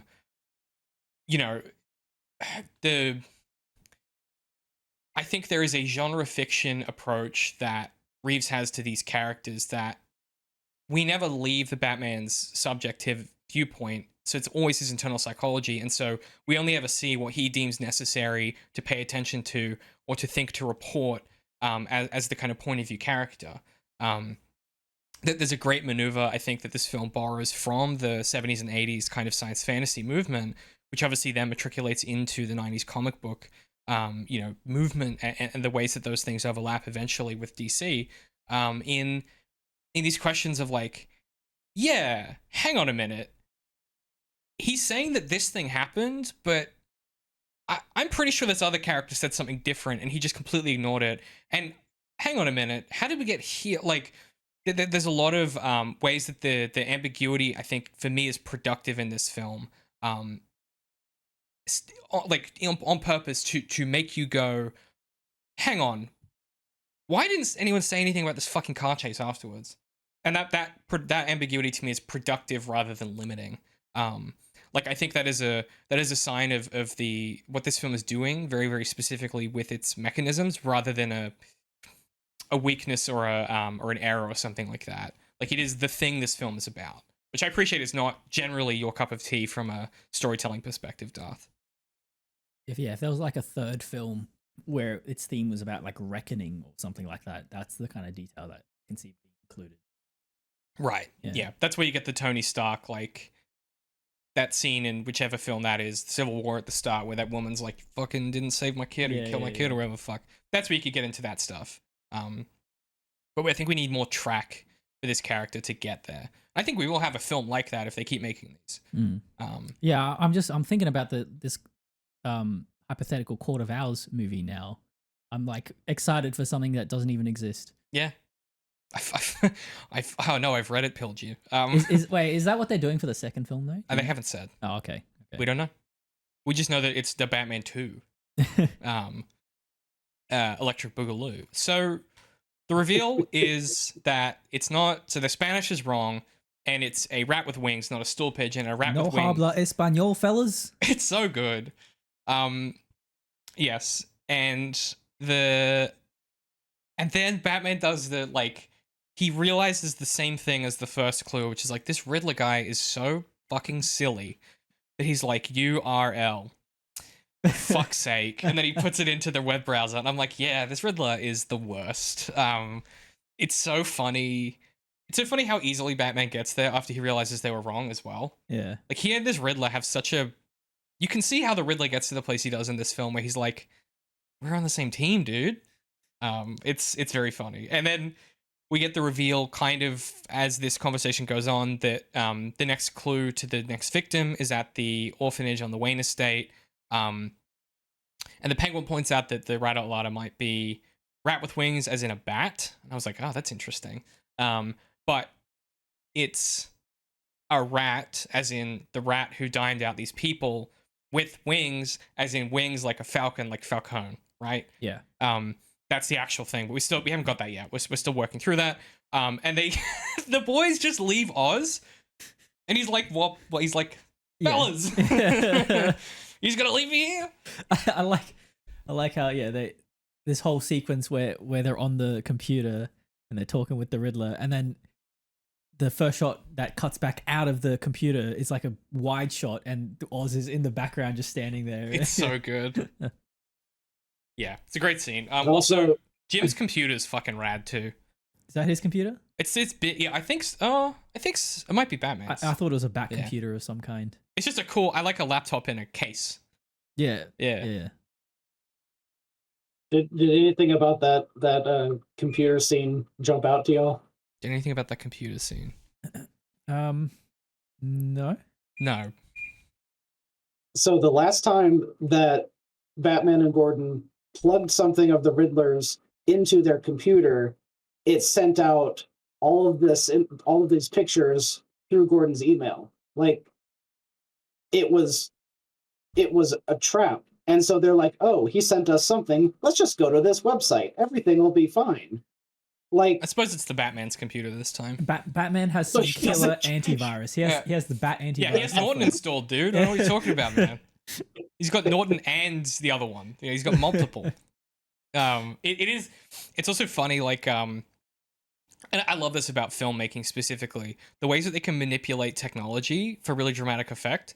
When he puts in the destination for the browser, it takes over the whole screen. And it's just like, it's like a text chat of like you'd see in like a 90s spy thriller. And that's just really fun to me. It's like as filmmaking has its ability to manipulate reality in these really unique ways that every time I see something like this, I'm like, that's rad.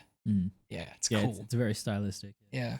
And it's green text as well. And the little, like, the cursor is like the two arrow brackets and a question mark, like the Riddler. That's great. What great little detail the Riddler has put into this program, unnecessary. Imagine him in his little workshop, like while Batman's in there, like beating up people in the Iceberg Lounge, and he's just there, like doing Python. Yeah, and he's like giggling to himself when he thinks of his ideas. Yeah. It's great. What a little weirdo. You know, I love that you notice all the gooey stuff because, like, that's what you do at your job. And I'm like, but the printer button, and you're like, well, I didn't notice the printer button. Yeah, I was like, never mind the printer button. Like, was this .NET or Java? Like, I need more detail, man. We could probably write this in Notepad if we wanted to. We could write ourselves a little Riddler program. We should make it like, I don't know, like the company passwords or something. You can only access them if you can solve a riddle. Yeah, perfect. Yeah. If you want to access like the ZeroIndent credit card or something, you have to answer these 3 riddles. That's a great point.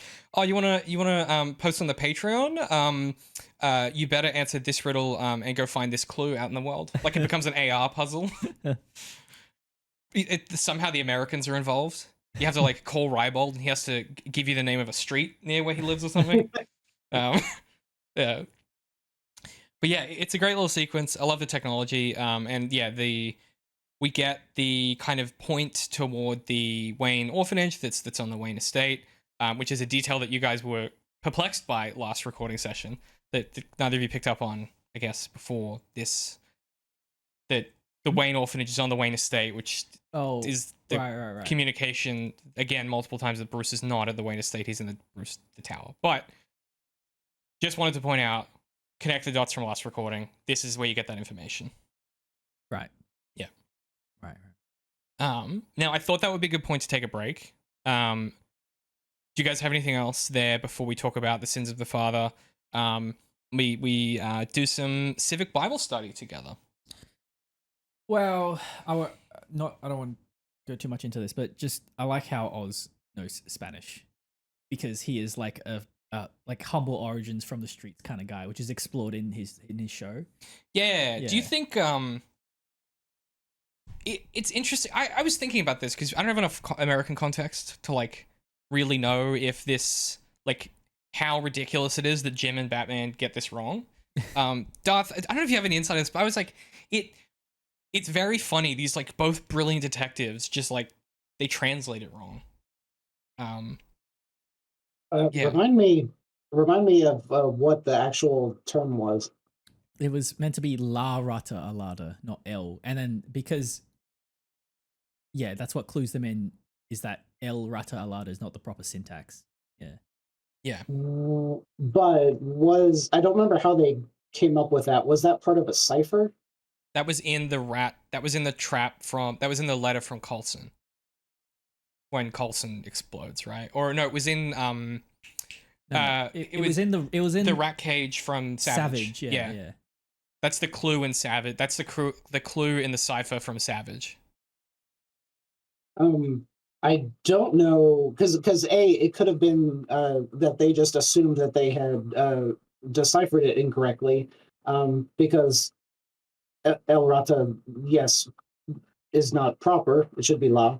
But also, if I remember correctly, I think that there were some random words that would break the rule, and it would have like the masculine in front of the feminine or vice versa. Okay. But then also, depending on how advanced your learning is, if they only know rudimentary Spanish, then they're probably not going to pick up on that. Whereas, like my Spanish teacher would have like immediately been, that's wrong. Mm-hmm. So on one hand, this is kind of good character foundation to show like they have the basics, but they're not Ray. They don't know everything. It's just not handed to them. They don't automatically know the right answer. They got it wrong, and they're not perfect. All that's pretty neat. It's just one more example as well of that. Like if you know Spanish but you're not Spanish, you're a lower class person most likely, and Bruce doesn't know Spanish because he has no reason to learn it. Yeah, he has no exactly. Yeah, exactly. He has no reason to learn it. Yeah, yeah. It's a great little detail that, I mean, this film is full of shit like this, but I like it specifically because it's also the kind of thing where I think if you understand Spanish and you pick up on the way that they're translating it, I think it's possible for you to figure this out before them, which is kind of neat. I always like that in a detective story. Dath and I talked about it a lot with Sherlock, where that show almost never gives you the details you need to solve something because it needs Sherlock to seem smart and impressive by solving it. Right. And so they have to never give you all the details he has. Or he just invents facts. Like, he'll just produce facts to solve something, and you're like, how could you possibly have known that? Which is, I guess, why a bunch of people thought there was a secret episode, because the show doesn't give you all the things you need to figure it out. So therefore, yeah, there must be a secret episode that explains it all. It can't be bad on purpose. And this secret episode is going to reveal a bunch of things that was never set up, but it's going to feel like it makes sense. Exactly. Whoops. Whoops. I love that there never goes by a year of us making content where I don't get to do another drive-by at Sherlock. It's really great to me. It fills me spiritually, charges me with the energy to do another year of podcasting. Intellectual nourishment. Yes. Yeah, it's great. The boys leave and they're on their way to the orphanage. So, Dath, unless you have anything else, let's take a quick break here. And we'll be right back to talk about the orphanage and the sins of the father. And when you do come back from this break, folks, make sure that you bring your Bible and your protractor, because we will be doing some reading. So, nice. Catch you after this. This season of Daredevil in the Details is brought to you by the Maynard Trigg series. These are my Dying Earth science fantasy steampunk coming of age novels. The third book is out now. You can grab the first book, Maynard Trigg and the Creature Beneath the Veil, hardback or paperback. It's on special right now at underink.press. Appreciate any support you guys give. These books are one of my favorite things I've ever done. I'm super proud of them, and I would love you guys to check it out. If you're interested in the stuff we do, I guarantee you'll enjoy these books. Head to underink.press and grab your copy today. You good to go, Dath? No, because I just found out the Skeleton Crew has been out for several days, and I didn't know it, so... Embarrassing. L. Yeah, I'm a I'm Star Wars YouTuber, right? Yeah. Come on, man. What are you doing? Yeah, dude. You're the fucking producer on our Star Wars shit. Like, you dropped the ball, brother. Yeah, part of me just wants to, like, peace out right now. I'm like, I gotta go watch it. That'd be a very Riot-coded maneuver. Welcome back. We are talking about the sequence here where the guys go to the the orphanage on the Wayne estate. This orphanage has been sort of abandoned, and there's drop heads hanging out, and of course there's a Riddler room that we kind of see. I'll talk to you guys about some of what all of this means in a second, but have you guys got anything on this before we get into some of the weeds on the Sins of the Father stuff? I need to watch it again now that I am informed that that is like on the Wayne estate, and try to figure out where, like, is what's the wide establishing shot? Where are we? How far out of the city are we? And how are all of these drug addicts like right next to Wayne Manor, but nobody knows it? I mean, huge abandoned building. Maybe that's realistic, but it also just that's also me thinking of like historically, like Wayne Manor is like so far out in its own spot that it just feels weird. But anyway. I mean, I think it is deliberately. I mean, there is an establishing shot that shows that it's on a big piece of land that's basically overgrown and empty. In fact, you'll be seeing it on screen currently as a viewer. But yeah, it's interesting. They don't spend a lot of time forcing you to pick up on this detail. They just let you figure it out if you want to. Like, you're so in the story that this isn't something that you have to stop down and focus on necessarily. Which again, I think is a real strength of the way that this film is put together. Yeah, because I never stopped to wonder where they are. I don't even think I ever knew that. I don't know if I knew that this was the orphanage that they were at. It was like, it's a building. They tracked Riddler there, and they're going into the projector room. Like, it all just flowed together so well that like the details didn't actually. Like, you telling me the details of what it's supposed to be bothered me more than watching the show, because the details didn't matter when it was happening. Right. Know? And that's the genius of this style of filmmaking, right? Is like, you focus on what Batman focuses on, right? It's just so elegant and clean. That's what I mean by productive ambiguity.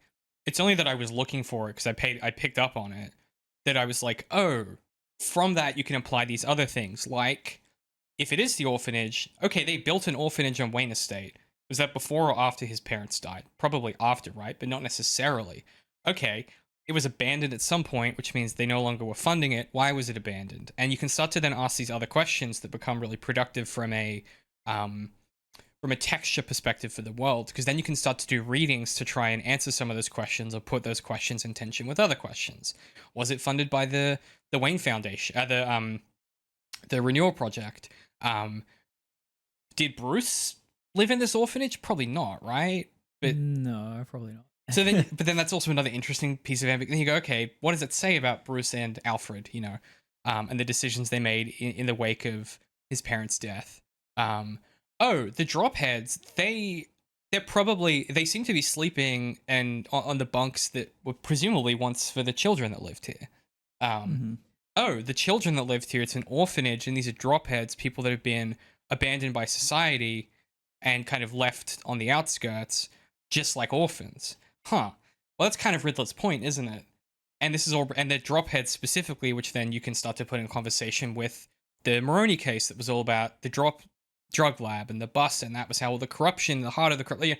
You can sort of start to put this all into conversation. And I say all of this not to suggest that there is a key that will solve this text, but rather that you will find other discussions of this film that are trying to take those pieces and produce a total solution to the world and details of this film that I think is the wrong approach to a film like this. It tries to make that ambiguity not productive, but rather like, I don't even like ternary logic, but like they want to produce a full map of the logic of this world to then make everything solve into place, when the point of this ambiguity is that each time you come back to it, because that ambiguity is productive, you can then read different things into it, and you can kind of then have different takeaways, right? This time I came to it, I started to think about these things. I'm sure next time I watch this film, I'll be thinking about something else. I'll be picking up on other details and putting other things together.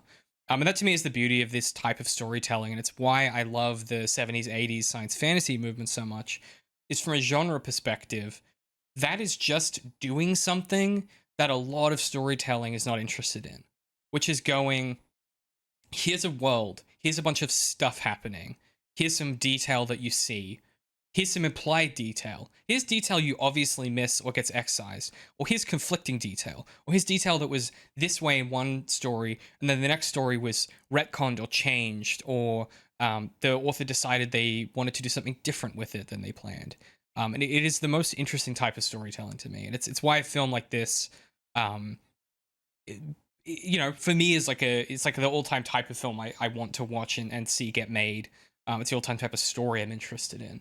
And I realize that is it's like deeply like, because I'm a postmodern head in a lot of senses, but yeah, all to say, I don't explain any of that to point to a solution to the text, but rather to gesture at the fact that you don't pick up on it because you're focused on other things in that moment is indicative of the way that the film, each time you come back to it, will have you focusing on different things. This is just making me think of like Blade Runner.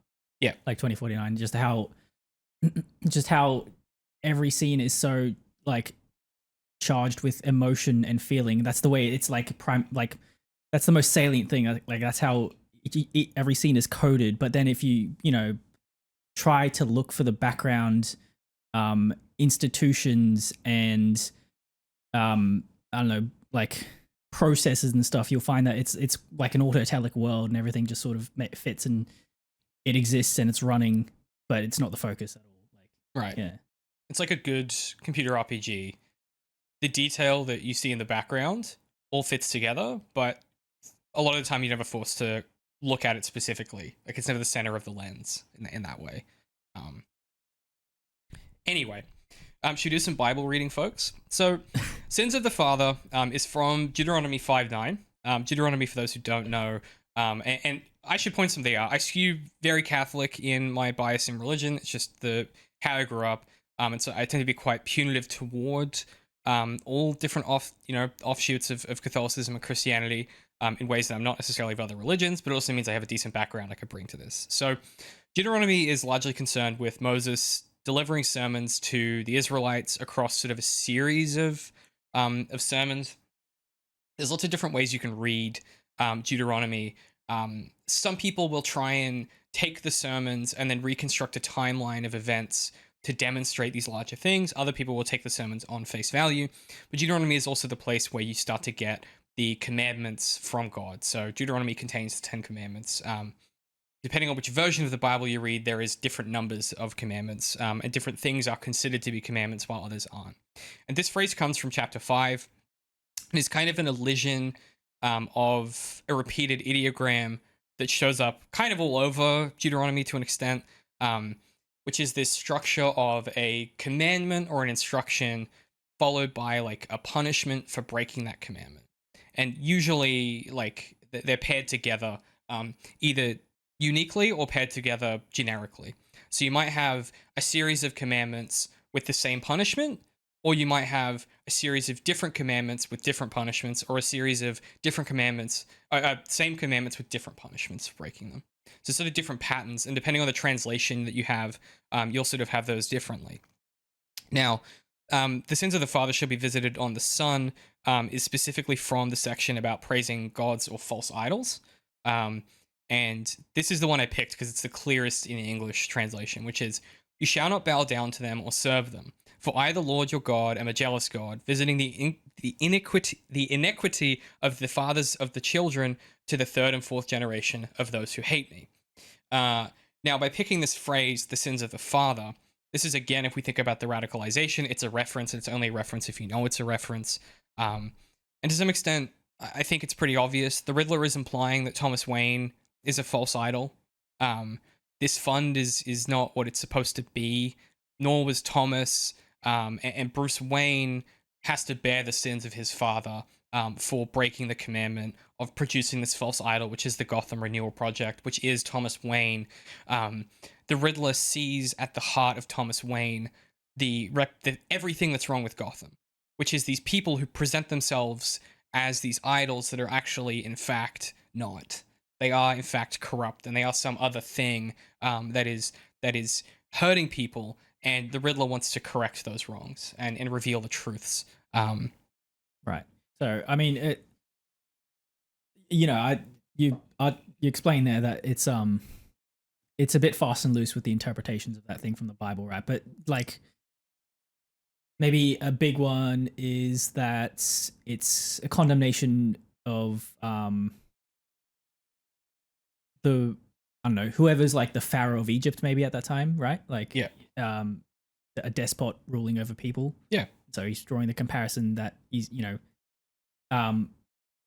Gotham is a kingdom, and Thomas Wayne is, a ruler of that kingdom. Yeah. And, he's a despot in the same way that a pharaoh might be. Yeah. Yeah. Or perhaps that he is responsible for the despot they now have rule, which is Falcone, right? There's a lot of different ways you can interpret the context that places itself into the Bible with the story itself. But if you don't know anything about the Bible, it's just a phrase. And it still works by itself. Yeah, I was going to say, it's still self-explanatory. Yeah. And I want to be clear, like, I'm not trying to comport the meaning of this to be this is what it means in the Bible, therefore, in the Batman, this is what it's implying. That is just my reading of it. I think that given the breadth and multiple translations of Deuteronomy and the different meanings that, like, there are some that specifically say visiting the sins of the father, not iniquity, things like that. There are a lot of ways that you can get to more literal comparisons that I'm less interested in than kind of the gesturing and the symbolism that this produces for me. Well, it also fits with Riddler's character because he seems like an academic or something. Like, yeah, he's a fucking nerd, dude. You know that he was sitting in civics class being like, sins of the father, interesting. Interesting. While he's listening to Ava Maria. Yeah, he's got the tape deck on. Yeah, exactly. Or he went to Sunday school, you know what I'm saying? And he was like, oh, interesting. Yeah, it's just curious to me. And, I think this film is really good at setting up clues that you don't realize are clues as well. Later on, we all think that the Riddler knows Batman is Bruce Wayne. And there's some of this here as well of like false idols and the Batman and like how does the Riddler perceive the Batman versus what the Riddler is doing. And I think there is a reading to be had here that this isn't my reading. I'm saying I would love to read this essay, but I think there's a reading here of this being a veiled threat about the Batman and the Riddler knowing about the Batman and that the Batman is an extension of Thomas Wayne's corruption or something like that.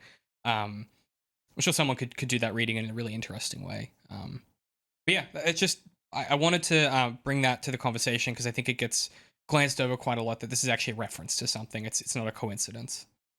First off, in one of his monologues, I'm pretty sure that Riddler says,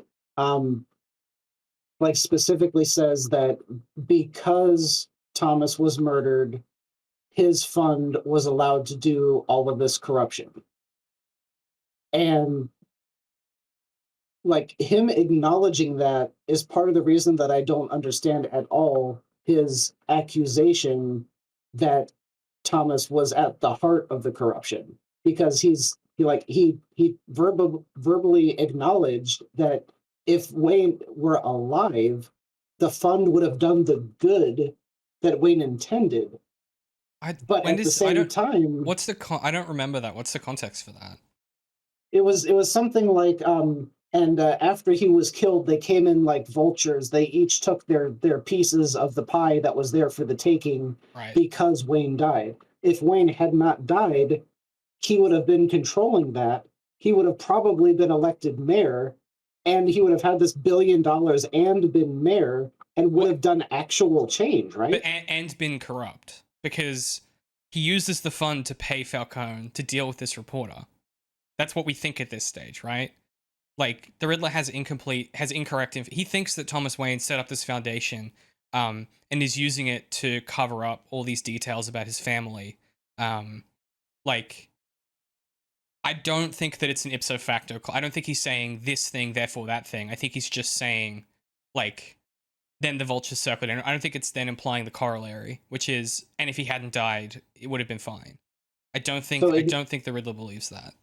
To me, it never clicked with me that Falcone could have put out all of this information that would have framed Thomas in that way, so that Riddler actually believes this stuff. I had taken it as like Riddler was like trying to besmirch the Waynes' name and incite the people against them, but not that he necessarily believed what he was saying. Oh, interesting.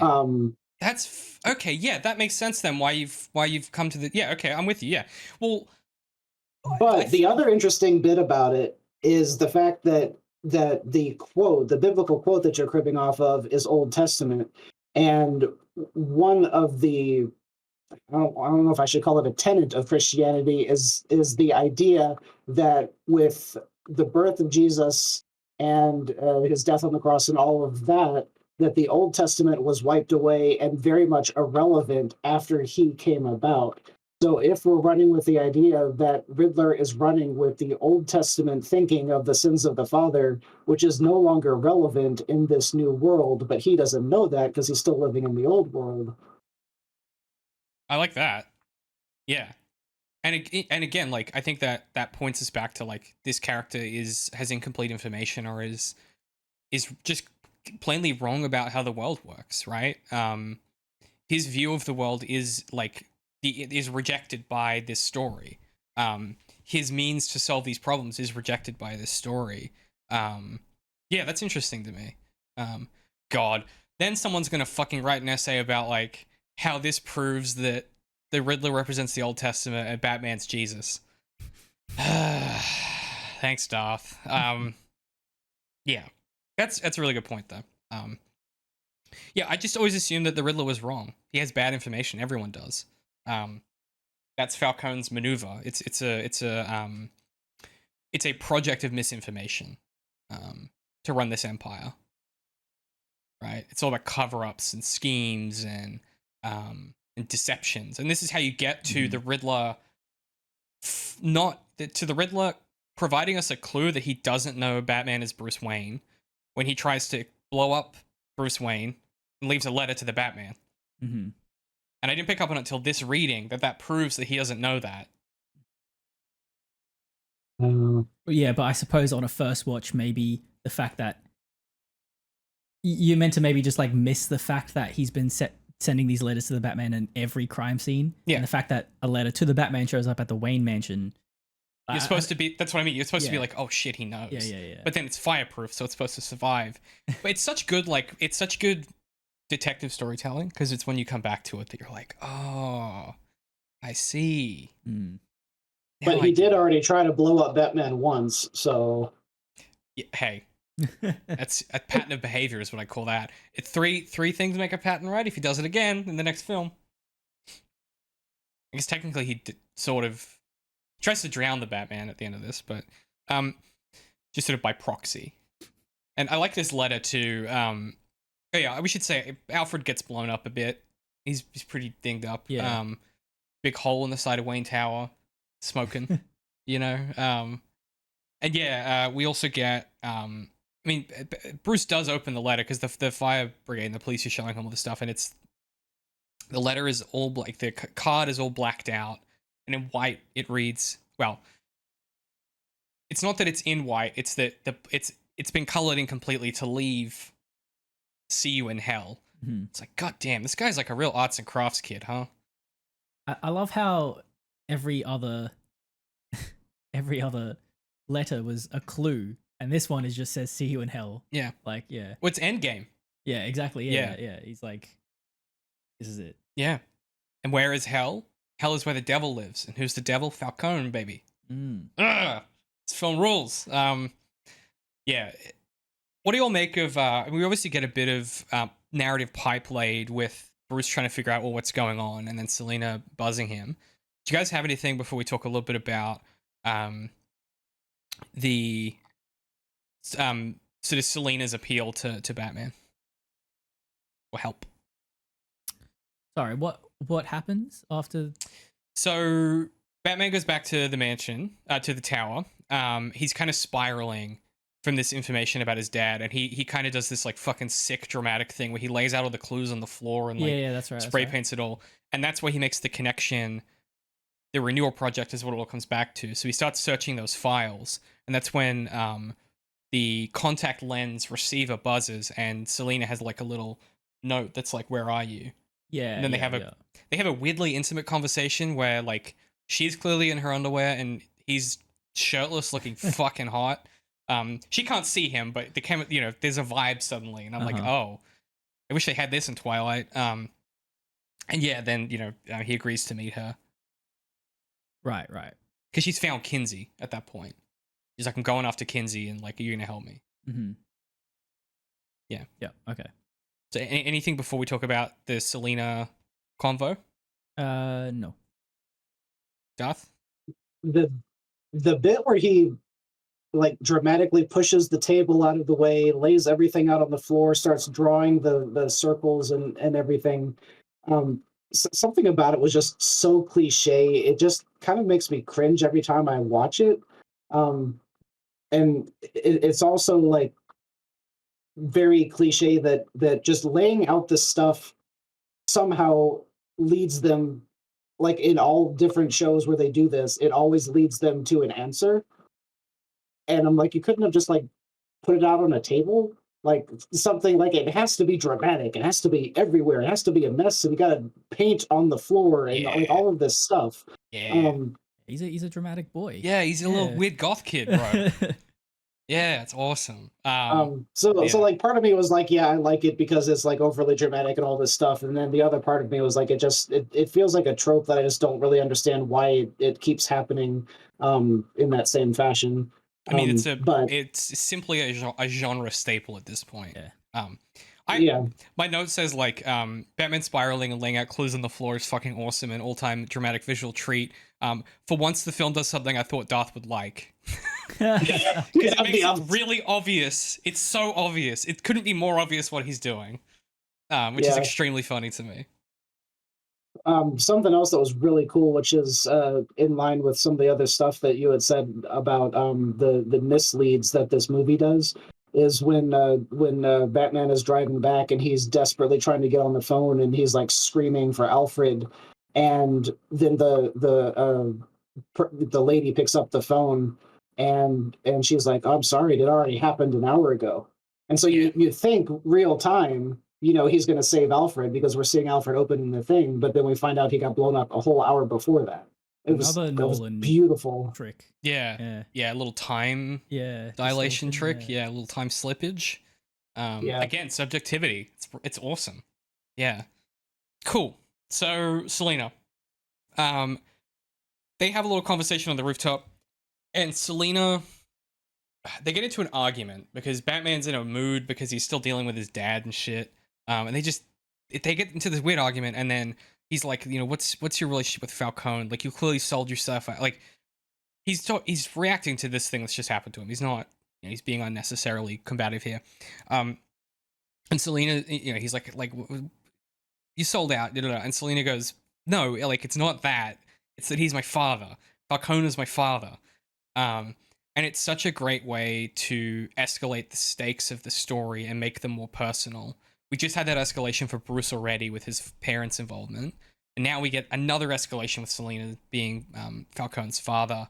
And it's also a really fresh maneuver to do with Selina Kyle. This isn't like a typical comic book positioning for her to be Falcone's daughter, which is really neat to me. I like it anytime that you can evolve the mythos and use the pieces in really interesting ways like this. And I like seeing this Batman on tilt like this in this conversation. He's just not playing his cards right at all in this interaction. He's being super conceited right here. It's great. She's like, you must be rich. Like, you don't get it. And Selina has like the perfect like comebacks for everything. Yeah, and she's spot on about everything. 100%. Yeah. So, how much of his daughter is she? Because at least half. Because the way I was trying to figure out the phrase. Woman and a man love each other very much.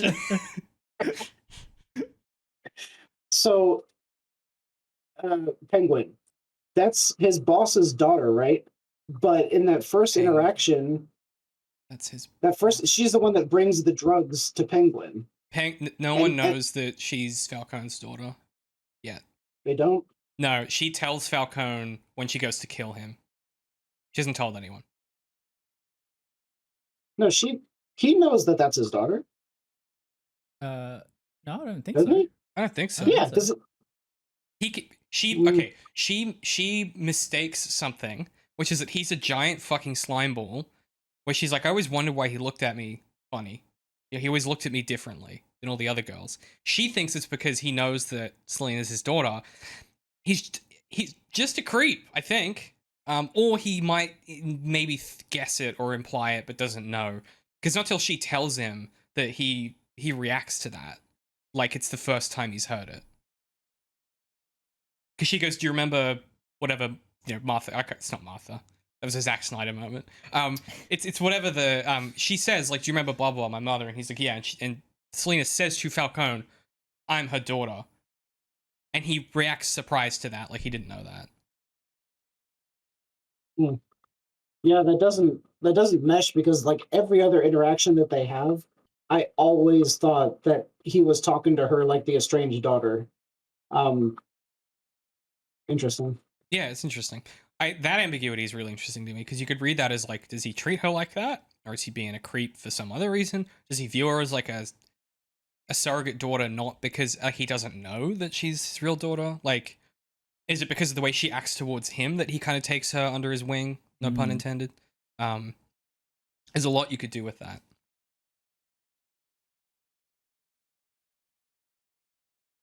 I assume I you really raise want to that go for a watch it reason. again.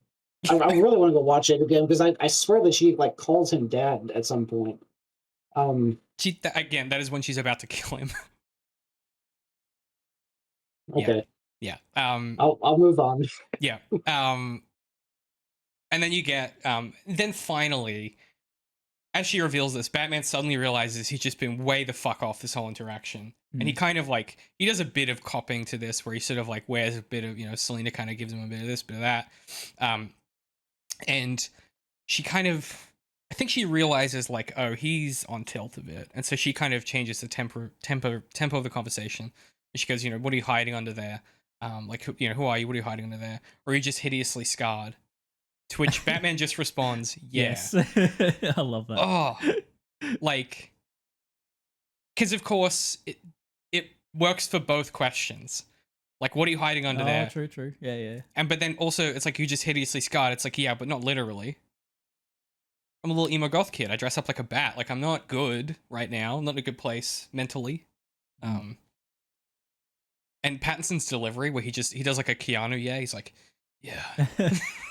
But yeah, he just clearly can't think of anything better. Yeah. And he's Yeah.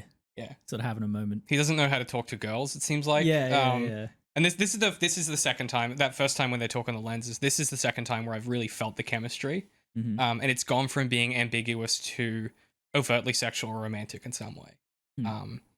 And like we've said, she does kiss him, but there's a vibe between them. Yeah. Again, he's Okay. acting very autistic in this scene. Yeah. Yeah. We I love it. I've been trying to. we have to get like a there has to be an aside where we find someone to just like give us the autistic reading of this film. I'm sure it'd be fucking brilliant. Really, really insightful. Sorry, Dath, go on. And then we'd all get canceled really hard. I don't know. I don't think so. I think that's like be pretty progressive, to be honest. Yeah. To embrace it. Okay, I should have prepared for how to address this properly because so she starts off in a lesbian relationship, right? No, I don't think so.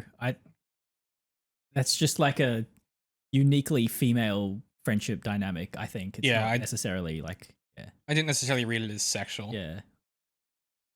I swear I thought there was okay. That would change the whole thing then because like it was really confusing to be like, okay, she's living with this woman and then she's like trying to track her down and all this stuff. So and then she's kissing Bruce and I was like, so if everything this film does is intentional, what are the writers trying to tell me now? So So I actually do have a reading for that. So if you do read it as a romantic or a sexual relationship with Anneka, I think initially there's the first time that she needs something from Batman, she calls him, not in this interaction, in their previous interaction, she calls him baby, right? Mm. And I think it's a particular maneuver where she's manipulating him. She's trying to force a sense of intimacy. That was the first conversation that we talked about where it didn't feel romantic in both directions. So if you read that relationship with Anneka as romantic, then I think that first time that she does it is manipulation, and this time it's for real, right? That's not how that's what I was wondering. Yeah. This time I was still like, is this manipulation? Is this manipulation because she's still trying to get revenge for her girlfriend getting killed or whatever? I don't think so. I think it's for real because she asked for help and he offered to help instead of her manipulating him into helping. That's why she kisses him. Because, she says, like, there's not many people in my life that, like, actually look out for me or whatever. But I think if you don't read it as romantic, then it makes a lot more sense schematically. So as in the Anneka relationship, if you don't read that as romantic, then it's a lot more straightforward. I'm trying to figure out if I want my search history to include is Selina Kyle a lesbian. I mean, there's definitely fan art of it. Yeah. I mean, she and Ivy have dated in the comics before. Like, there's also like a lot of fluidity with sexuality with the women in the Batman stories historically in some ways that are kind of questionable. Like, Batman is so hot that it doesn't matter what your sexual orientation is, you want to fuck him. Is generally a trend in these stories. Yeah. So that's also something to keep in mind with comics history in general, is there is some deeply challenging history there too to pass out. Yeah. But yeah, I read it for real. I think it's like a real moment of intimacy. Yeah. Is this where she no, then Batman goes back to the Batcave, right? He watches that's where he learns the Riddler's exposition video on the Wayneses. Is that right? The next note I have is Bruce visits Falcone. That happens. So he goes back to the Batcave. The video comes out exposing Thomas, and that's why he goes to see Falcone. Oh, okay. Because it's all out now, and it's like, I think on the news thing, it's like the video of the Riddler's video has like 13 million views or something. Oh, actually, that's something I wanted to ask. In the comics, has his mom's family always been the Arkhams? No, so her family isn't the Arkhams. It's that the Arkhams helped cover it up because they ran the mental hospital she was in and out of. But even in this movie, is she not an Arkham? No. Are you really? Yeah. I swear that's what they said. Yeah. Because I wondered that too. I'm pretty sure. I could be wrong, but I'm pretty sure the accusation isn't that she's an Arkham. It's what the Waynes and the Arkhams covered up. That may be it. Because you just said she's not an Arkham, she's in Arkham. Yeah. That's what I'm saying, because they run all the mental hospitals in Gotham. Yeah. And they're the ones hiding the records of her. But if the dialogue said that she was in Arkham, that we heard she's an Arkham. She's a member of the family. I don't even think they say in Arkham. They say it's like the Waynes and the Arkhams covered up. Like, I think that's the exact line of dialogue. Okay. But no, Pat, I took it the same way. I was like, I didn't know she was an Arkham. Yeah. I thought she was a Wayne. And It's always, women don't exist before they get married. What do you mean? That's true. We all know that. Ontologically true. Let me see if I can. I've got the script in front of me. Let me have a look. Control F for Arkham. Oh, interesting. The script. Oh, it has it a bunch of times. The Waynes and the Arkhams, Gotham's founding families, but what is their real legacy? 20 years ago, one reporter set out to uncover the dark truth. He found shocking family secrets. How Martha was just a child, her mother brutally murdered her father, then committed suicide, and how the Arkhams used their power and money to cover it up. Right. How Martha herself was in and out of institutions for years, and they didn't want anyone to know.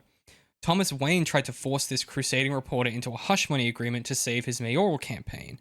When the reporter refused, Wayne turned to a longtime secret associate, mafia kingpin, Carmine Falcone, and had him murdered. Okay. And then you get the Waynes and the Arkhams, Gotham's legacy of lies and murder. So they never say that she's an Arkham. That's interesting, though. They just bring this other titular family into this like story just for that detail. Makes me feel like we're going to get some Arkham shit later, which I'm here for. Well, I guess we do get Arkham Prison later, so it does set up that the Arkhams are a family in this world. Because obviously the Riddler and the Joker are hanging out there later. We get the interrogation. It's an interesting callback to what we had talked about before with the mothers, because this was exactly the opposite, where it's not the father that was the bad influence, it was the mother who killed the father. Yeah, true. Yeah, true. That's interesting. Yeah. There you go. Bit of reversal. Love to see it. Yeah. It's just I like the detail that like this news is so salacious that just like it's on the news and like 13 million people have seen it and it's end game time, right? And how distraught, like this just shatters Bruce. This is like sort of the final straw for him, I think. And he goes to see Falcone, which is patently a bad idea, right? It couldn't be a worse idea. Because Falcone just lies to his face. I mean, yeah, essentially. Yeah. But you skipped the really cool bit, and I don't remember who says it to him, that he says, like, I'm going to see Falcone, and they're like, you can't get in. His guards have tripled. There's no way you'll get through the door. And then the door opens, and it's Wayne. It's not Batman. Yeah. And then the guards the guards who fought him before, they're like, you're Bruce Wayne. I want to see Falcone. Yes, sir. They take him right in. It's such a reversal. I love this mirroring of him showing up at the same door that Batman used. And then the same twins come out. Yeah. It's great. Yeah, and these same guys who just, man, they are just in the fucking wars in this film, truly. And they're like bruised up and shit. Yeah. Covered in tape and shit, yeah. It would have been really funny if he was just like, what happened to you guys? Yeah. But and Batman, Bruce Wayne straight up asks him, right? Like, did you kill him? Like, for my father. And Falcone does this little waltz around the truth that I think is fucking brilliant. He goes, look, your father saved my life. I was loyal to him. I even tried to give money to his campaign and that whole renewal thing, but he wouldn't take it. He didn't want to associate with a guy like me. And then Bruce says, my father hated everything you stand for. Falcone smiles. Yeah, I know. Of course he did. Guys like you, your father, you don't want anything to do with me till you need me, right? Your father was in trouble, okay? This reporter had some dirt, some very personal stuff about your mother, a family history. You know, everybody's got their dirty laundry. That's how it is. But he didn't want none of that coming out, not right before the election. Your father tried to pay this guy off, but he wasn't going for it. So he came to me. I never seen him like that. He said, I want you to put the fear of God in this guy. When fear isn't enough. Oh, no. Your father wanted me to handle it, so I did. I handled it. Because I know you thought your father was a Boy Scout. You'd be surprised what even a good man like him is capable of in the right situation. Do me a favor, okay? Don't lose any sleep over this. This reporter was a lowlife. He was on Maroni's payroll. He got what was coming. And then... Maroni. Oh, yeah. You can understand your father and I had history. And after what happened with that reporter, Maroni was worried that your father would be in my pocket forever. He would have done anything to keep him from becoming mayor. You understand? And so Falcone literally just like takes what he did and lies and is like, yeah, and that was Maroni. And I love how he knows that Bruce is the kind of person to jump to conclusions. So that last line where he goes, where Bruce asks, Maroni killed my parents, and he goes, do I know it for a fact? I'm just saying. Yeah. That's how it looks to me. That's how that sure looked that way to me. Yeah. It's such a... And Turturro's performance is so good. I love it so much. It's so understated. He's in no... there's a great way that he's in no dire or urgent need to get any of this out. He's just sort of letting it... It's like a natural slow patter. Yeah, you'd be surprised at what someone is capable of under the right circumstances. So again, there seems to be like this theme of like desperation and what drives people to these extremes of actions in this film. Mm-hmm. Yeah. Yeah, you have Selina on the one hand in this frenzy after trying to find Kinsey and find out what happened to Anneka and get her revenge. You have Bruce going to all these. He's fucking met with Falcone in person. A thing he should never do, right? Yeah, I mean the Riddler. You know, his whole life is just up like just shit, and he's become a terrorist. Yeah. Yeah. Yeah, exactly. Yeah, it's like what will a bad situation push you to, and where will you draw a line somewhere? Yeah. Yeah. Um.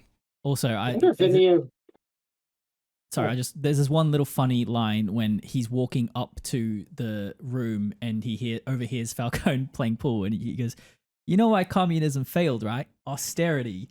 As if like, because he's like a gangster who buys nice clothes and stuff like that. He wants to have a good life. And it's I don't know. I just thought that was a funny line. He's like, this sweater costs $3,000.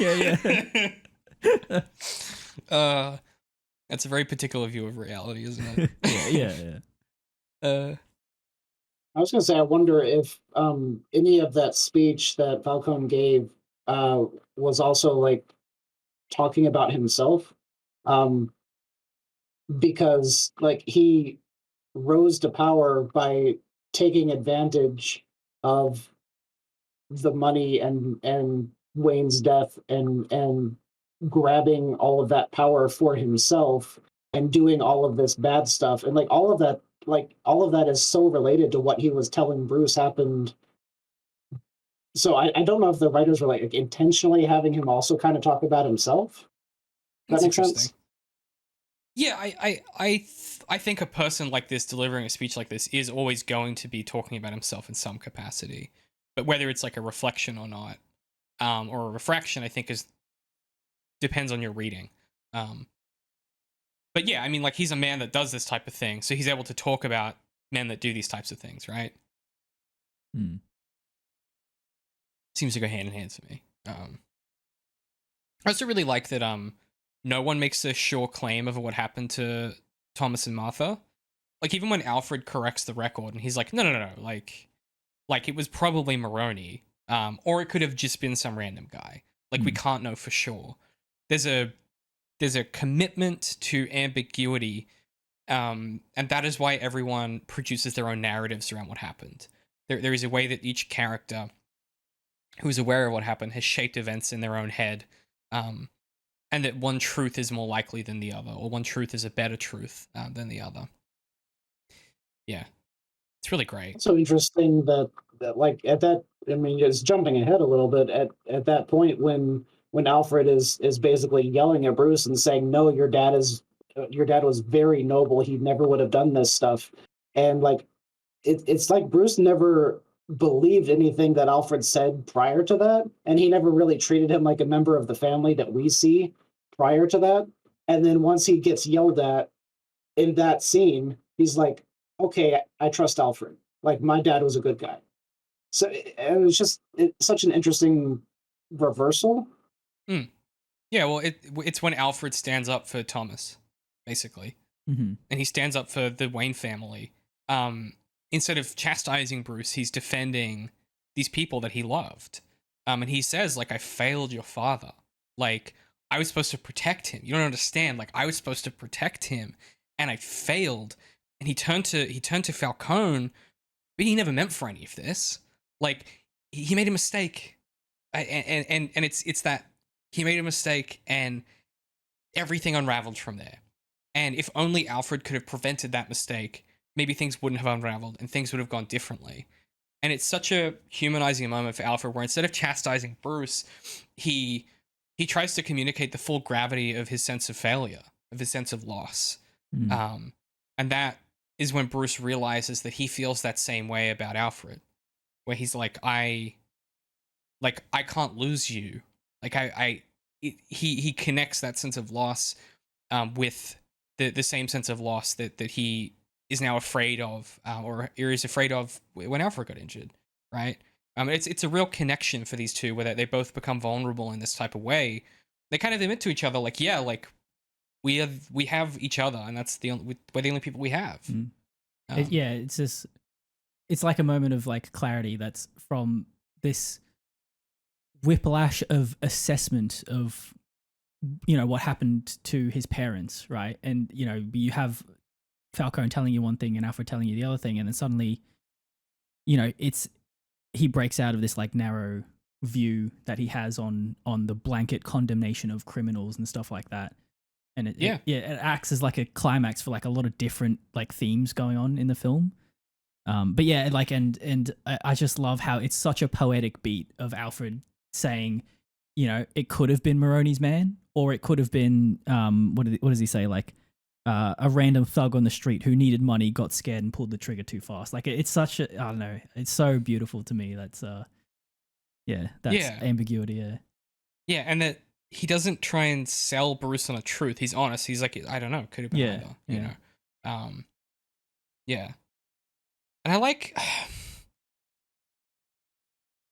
that he clarifies, like, it wasn't about, like, he wasn't trying to protect the family image. It wasn't about the mayoral campaign. It was about protecting your mother and protecting you, protecting this family. Like, he did this for you. That's what, like, it's not your fault.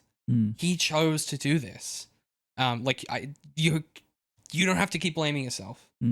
Yeah, and that decision from, you know, how you choose to deal with your victimhood is like a big thing in this movie, right? And it's represented by two extremes of Batman and the Riddler. And you know, like, everyone's a victim, but what matters is what you know, choose to do out of your victimhood, sort of thing.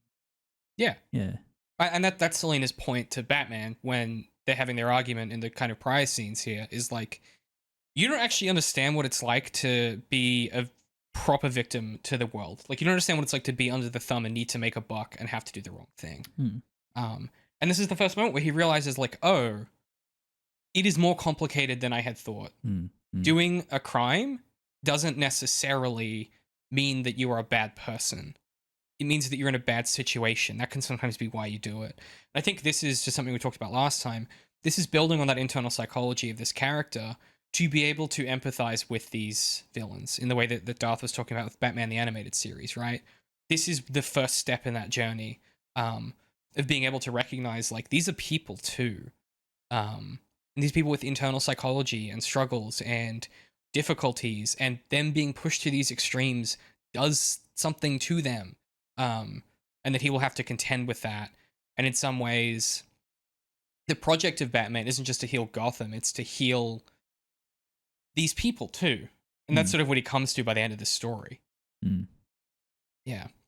And Selina actually fits that mold as well, of the mold of the victim, because like her whole life was ruined because Falcone killed her mom when she was so young.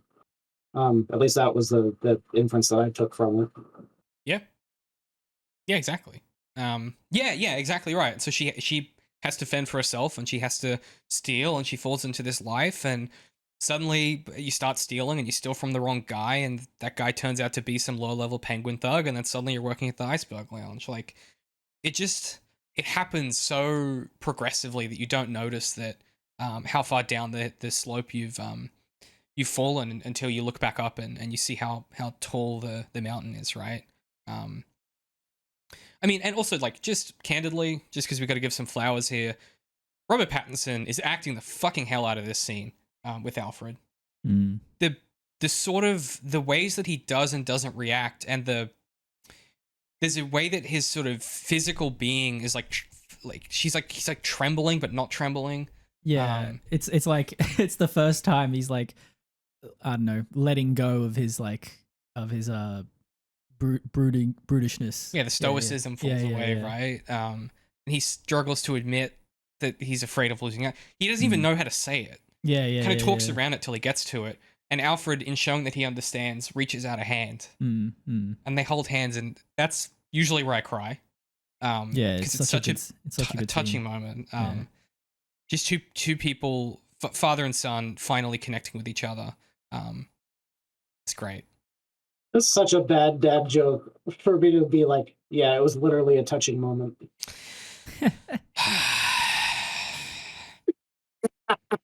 That's like that fucking rasterization joke you put in the chat the other day. I was like, that's not even a joke. You just said a word. That's not a joke.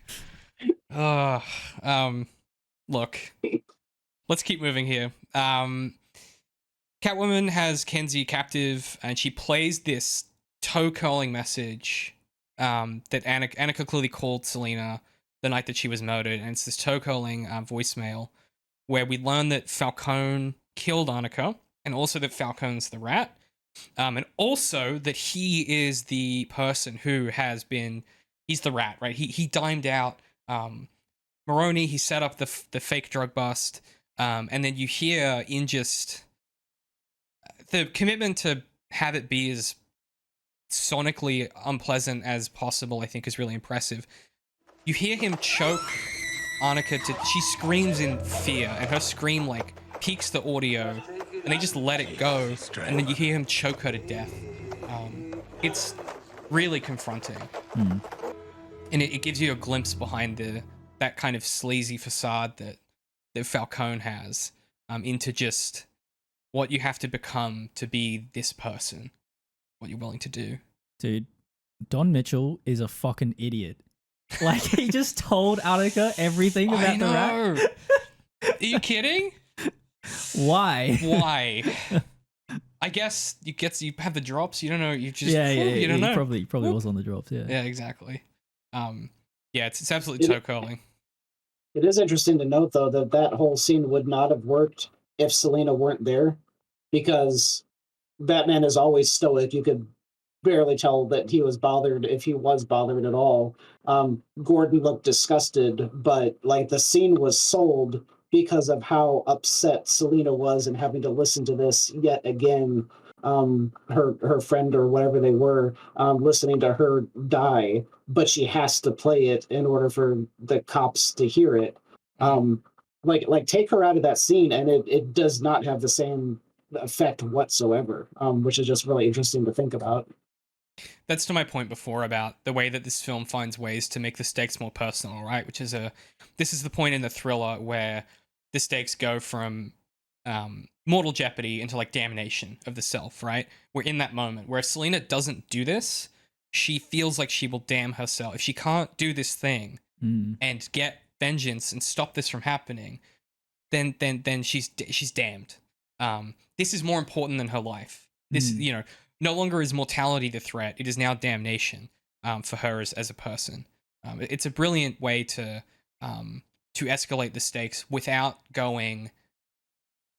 And they have a virus that could destroy the entire world. You know what I mean? Like it really makes it deeply personal. And it's the brilliant false ending for the thriller, because what we're going to get in the next hour of the film is, okay, there actually was a larger existential threat that was tied up in all of this personal, these personal threats and personal sense of damnation. And these characters will have to overcome those things in order to deal with this existential threat. Sorry, can we pause for a second? Yeah. I need to pee. Classic. Didn't pee during the break, No. I noticed. I was about to say. Yeah, interesting. It comes on very... World's smallest bladder in podcasting, ladies and gentlemen. Oh, we can blame you. You gave him coffee. Calf. Sorry, you gave him calf. Calf. I gave him calf. If you like these handcrafted studies of genre fiction, please head over to ZeroIndent.com or patreon.com/ZeroIndent if you'd like to consider supporting us. Even if you just give us a follow on Patreon, that helps us out. Leave a comment, a like, and if you're in a financial position to do so, you can support us and get access to early content, additional videos, director's commentaries, audio diaries, and all kinds of different things we have coming up. It really makes a difference helping keep independent media crit alive. Once again, that is ZeroIndent.com or patreon.com/ZeroIndent if you'd like to support us. Kenzie reveals how the Gotham Renewal project plays into all this, conspiracy. Can you explain this to me? Because I had like a real dumb moment watching this where I was like, is it just that it's unregulated money? Yes. Okay. And it's like $1 billion or whatever. Yeah, and I suppose, it's an unregulated fund, and money is constantly going in and out of it. Mm-hmm. And because I guess the fund was established right before Thomas died, I don't know, it was in like this limbo state where it was still there, but like no one was looking at it. I suppose. Well, and also like Bruce Wayne isn't 18 at that point, so he's not controlling his estate, yes, right? yeah, but you know, I just think it's funny how the corruption of Gotham was like really like greatly facilitated by the Gotham Renewal Fund, because like it's such a keen like piece of writing to portray a billionaire's philanthropy as the exact source of what enabled corruption. Yeah, it's a real canny understanding of like how these things happen. Yeah. Like this, I don't know, Matt Reeves knows who Donald Trump is, I guess is what we're saying. You know, like It philanthropy. also is really. Yeah, go for it, Dath. You want to go ahead? Okay. You know, philanthropy in the real world is like this pretty twisted concept already, right? Like it's, you know, an enormous and disparate amount of wealth being spun as a positive expression of kindness and charity. So in the context of Gotham, this philanthropy is specifically endeavored to bypass bureaucracy and oversight, which is exactly how the criminals are able to abuse it after Wayne's death. Yeah, exactly. Yeah. And it has that guise of what Dart talked about earlier of the individuals at the bottom of the pipeline interacting with this don't know, or the corruption through this mechanism of capital is so complete that it overcomes reality to these people and becomes another thing by perception. Which is what Guattari means when he talks about all of cosmic and human praxis being a question of machines, right? These are systems that are put in place that become mechanisms that have inputs and outputs that are invisible to us in our everyday lives, but nonetheless have material and ideological consequences on us as people, our perceptions of reality, and the world around us. And because the world is a material place, the way that those things impact the world around us then exerts ideologies and pressures on us as people, which then re-influences the ways that we interact, build, change those material structures and sort of industrial mechanisms. And it's all spun up in that same question of philanthropy as a natural consequence of the concentration of wealth in this way, where Thomas Wayne is unbelievably wealthy. He's unbelievably wealthy, right? To the point where he's able to create this fund and donate this money, and it doesn't make them poor. And Bruce Wayne is still rich now, even though he's not really dealing with his accountants, right? That is how concentrated this money is. Yeah. Instead of like a less disparate spread of wealth, you know, which could improve the lives of a lot of people. They're dependent on one person doing the right thing. Yeah. And obviously, yeah, that's a lot of room for error in a circumstance like that. Yeah. And that is why Mr. Beast's philanthropy is a problem. Thank you for my TED talk. Dath, you had something here?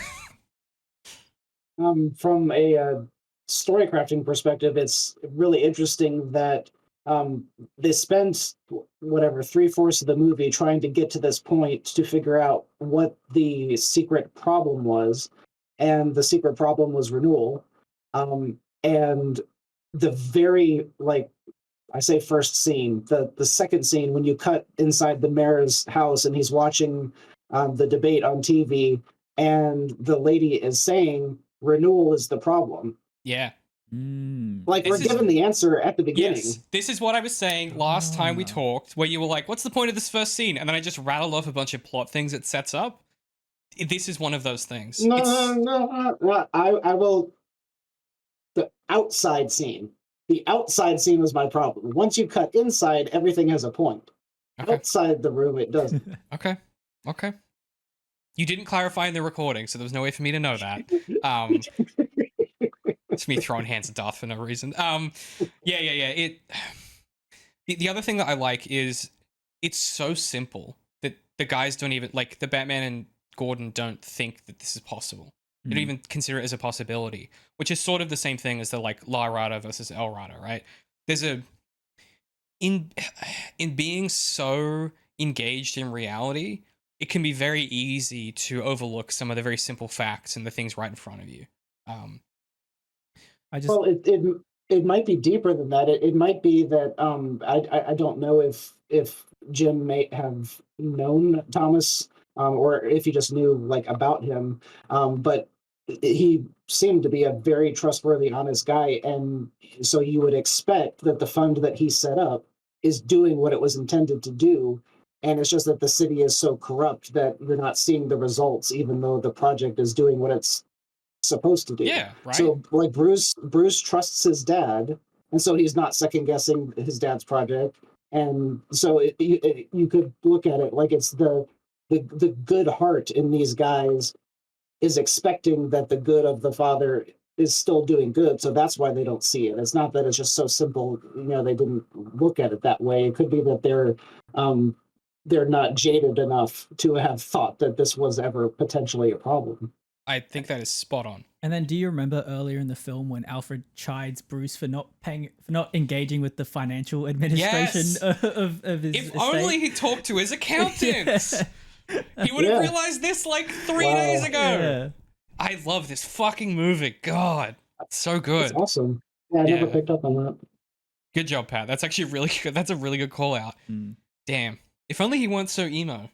I also love in that scene. We didn't talk about it, but he puts on his sunglasses because he's not used to being outside during the day. Fuck, that's like. Tell me that tell me that Matt Reeves doesn't love The Matrix. Like, come on. Yeah, it's a really keen understanding of the mechanisms here. I'm sure I'll have more to say about it in the next session as well, with how it plays out.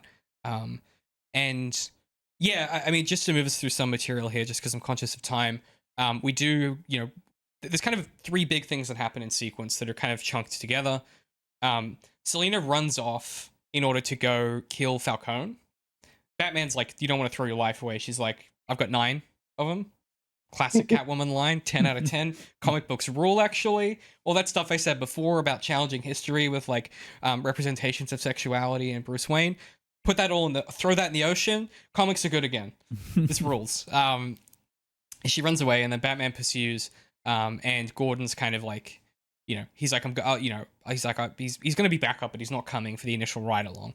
And so Selina goes in, and as she's going upstairs, this is where she reveals to Falcone that she's his daughter. And as she does so, she gets him alone with this like ploy of like, Anneka's been missing for this long, like she's really upset. He's like, yeah. And then she tells him, I'm your daughter, goes to kill him. As she's about to shoot him, well, no, what happens is she shoots and misses, and then at the same time, Bruce has snuck in, and he cuts the power. Mm-hmm. And it wasn't, I didn't pick up on it to this time, but the sequencing, it's not the lights cutting that means she misses. She just misses. Because she's not used to using guns, right? And then Batman is fighting his way up. He takes the elevator up by using his like grapple gun, comes up the elevator shaft. We get that shot from the trailers where he's like taking out dudes, but you only see him in the rifle fire from the muzzle flash. Badass. It's fucking cool. And then Selina's mixing it up with Falcone.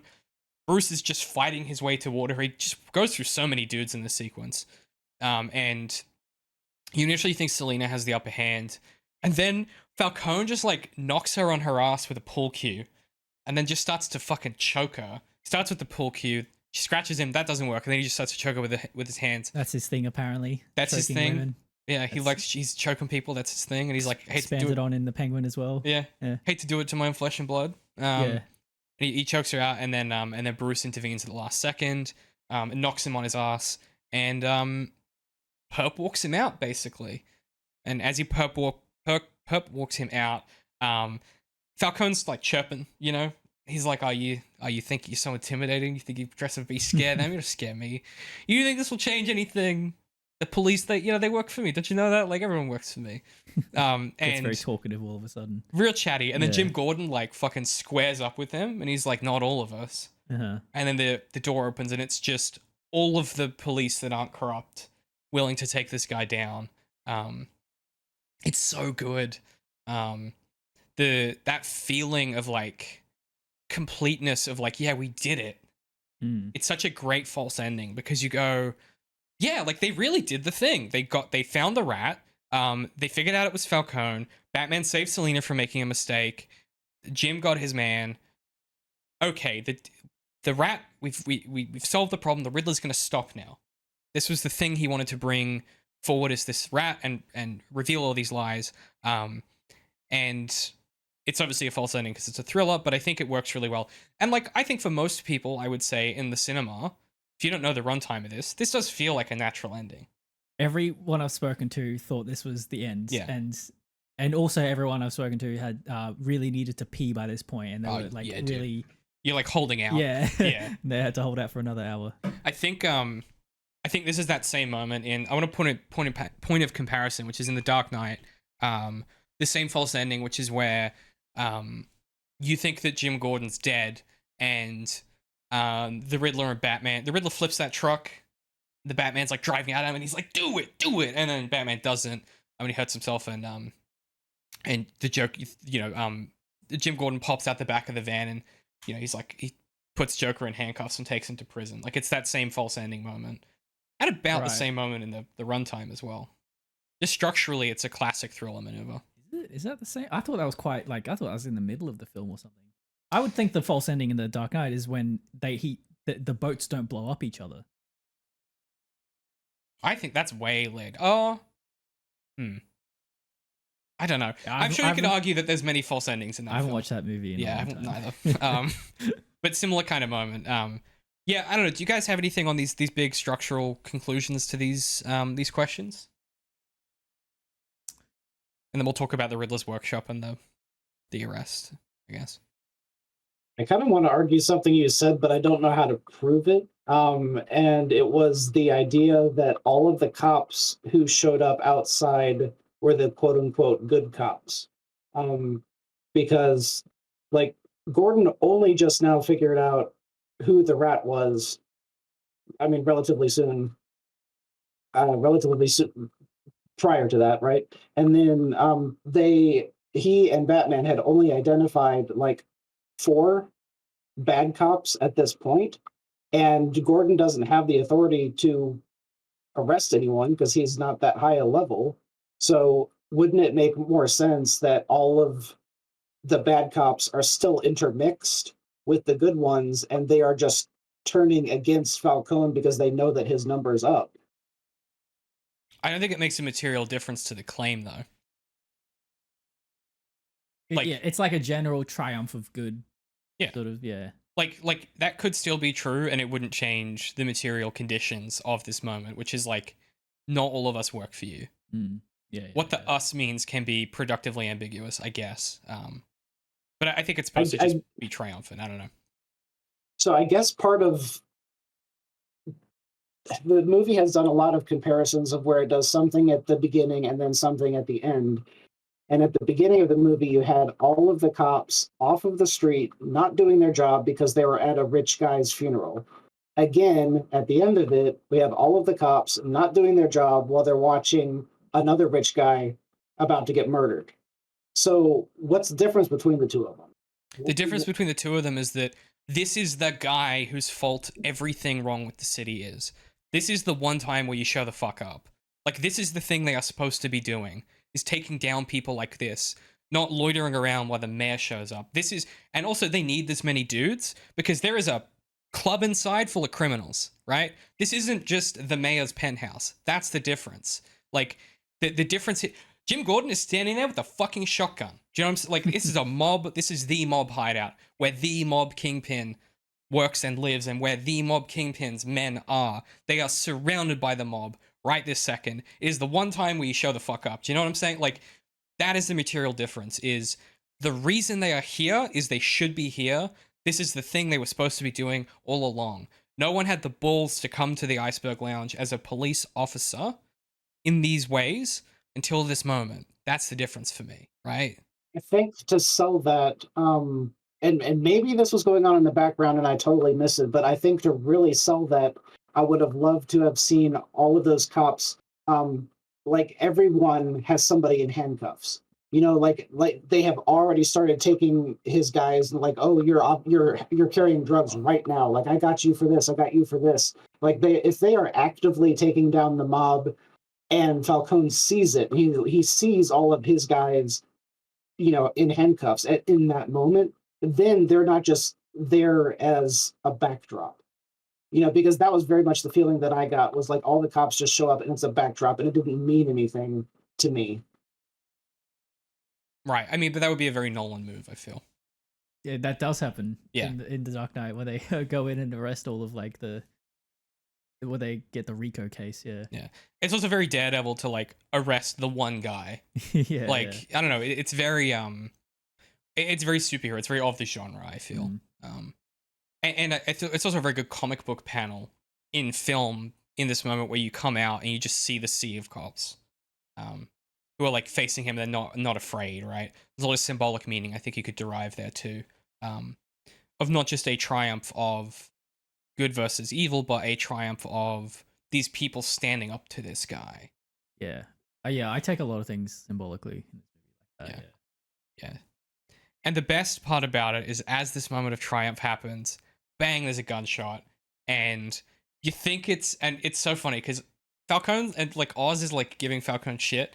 And Falcone's like, oh, you're a big man now, are you, Oz? Because I remember you were given with a limp. What did they used to call you, the fucking penguin? And then the penguin's like, I'm a, what does he say? He's like, I'm a spray your ass or something. Oh, I can't remember. Something like that. And he goes to pull out a gun, and then that's when the gunshot happens. And there's the Riddler.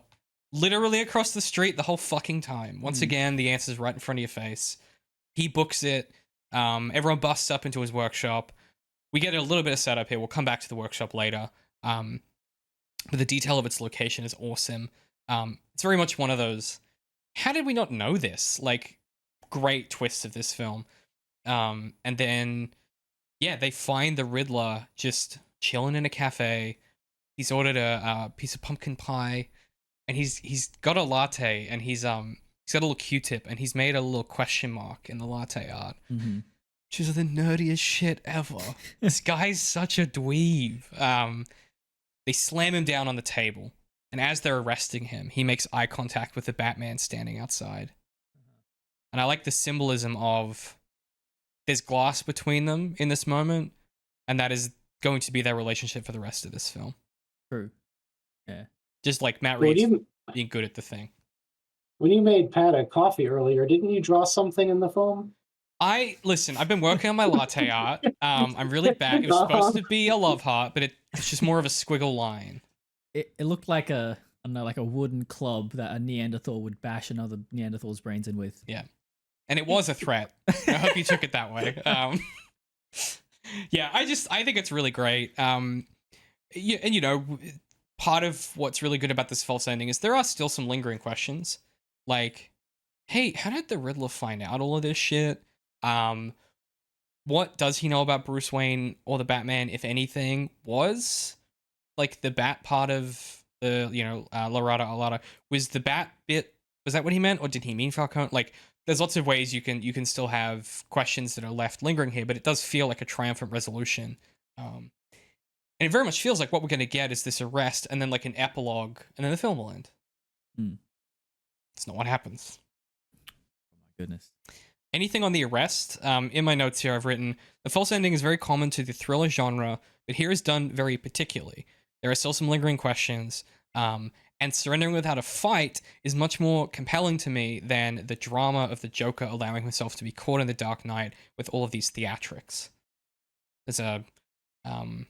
And I think it speaks to this character as not being a physical threat in any way.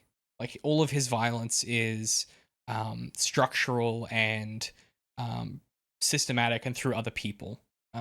He himself... Batman, if he hit Riddler once, Riddler would die. Like, he would kill this man if he punched him. The only way he's able to kill people is by sneaking up on them. While they're either drunk or, like, not paying attention or high as shit.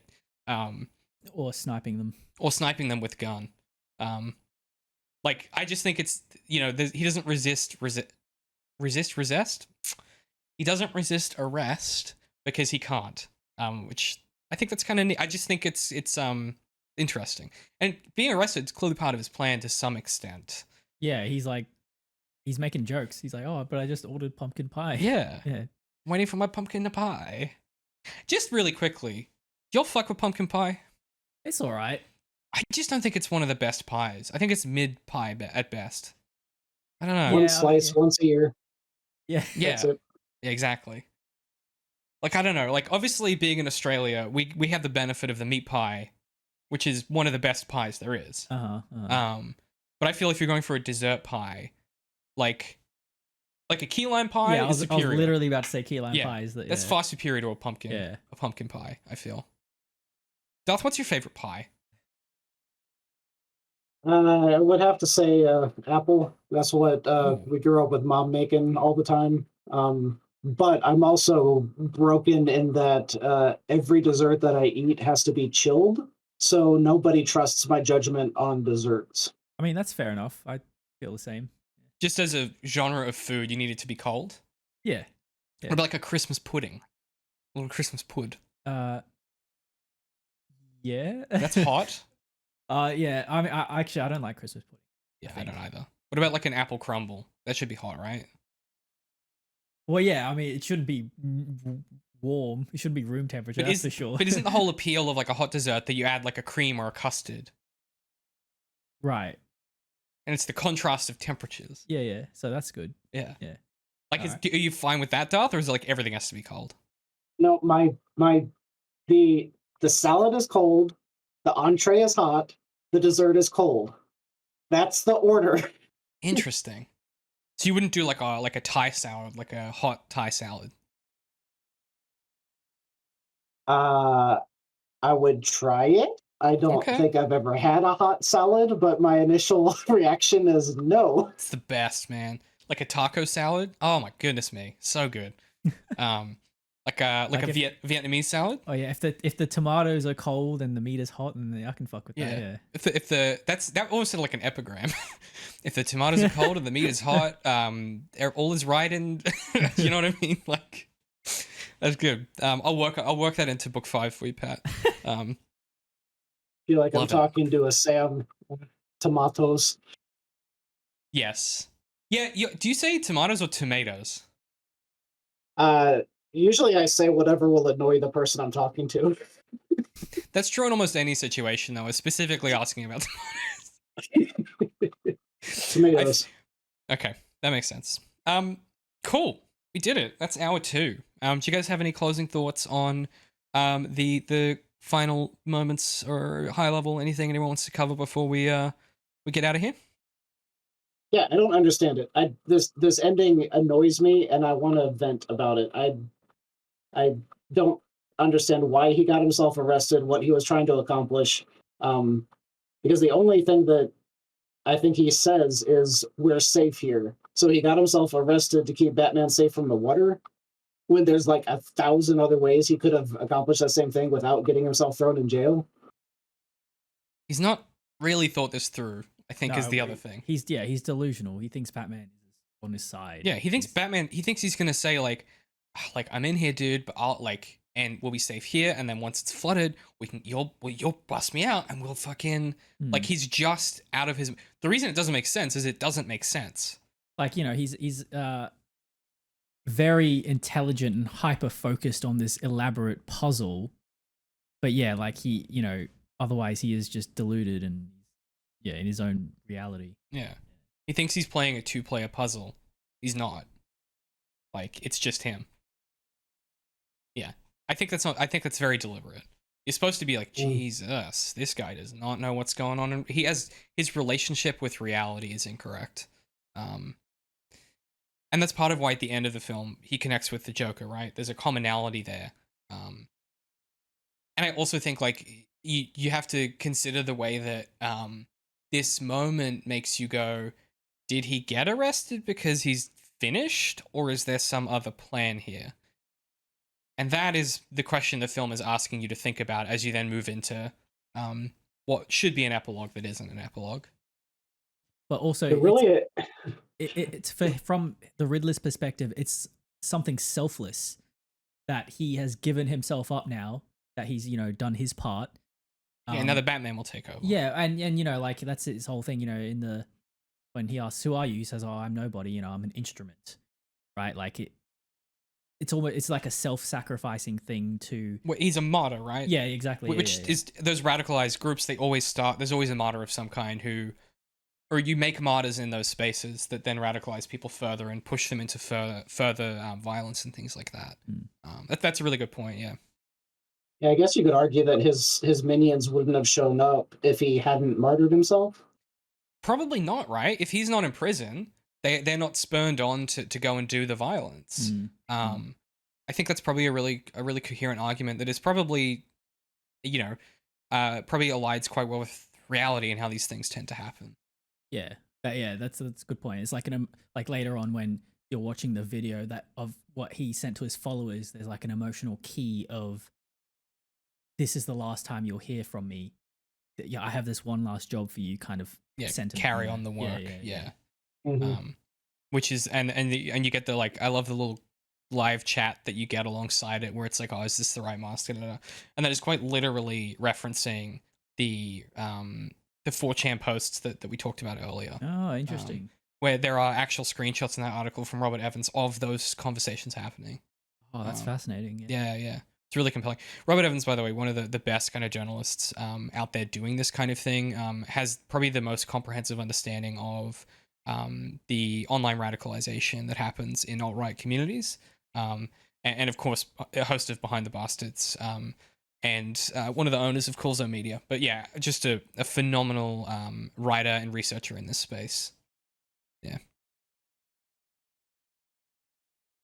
I was laughing a minute ago because so many times during the course of this, I've been questioning what we're seeing on screen and whether it was intentional or not. And I think that's a result of us analyzing so many bad Star Wars shows. And so now I don't trust that writers are doing things intentionally. I'm just assuming that everyone is making stupid mistakes that they haven't planned out. To be fair and balanced, a lot of people are. This film, I mean, this film is so exacting. Yeah. You can just feel Matt Reeves on his ones and twos this entire time in a way that, I think is genuinely spectacular to witness. It's it's up there with a Villeneuve joint for me. There are very few filmmakers like this that can do this. You almost have to think of it as a different thing entirely. It's almost like a different art form than what you see in a Star Wars film. It's that radically different of an approach to it. It's the difference between the sequel trilogy and Andor. They are not even in the same realm of trying to make a thing territory, except for some of The Last Jedi. One is content and one is actually art. Yeah, that's a good way of saying it. Yeah.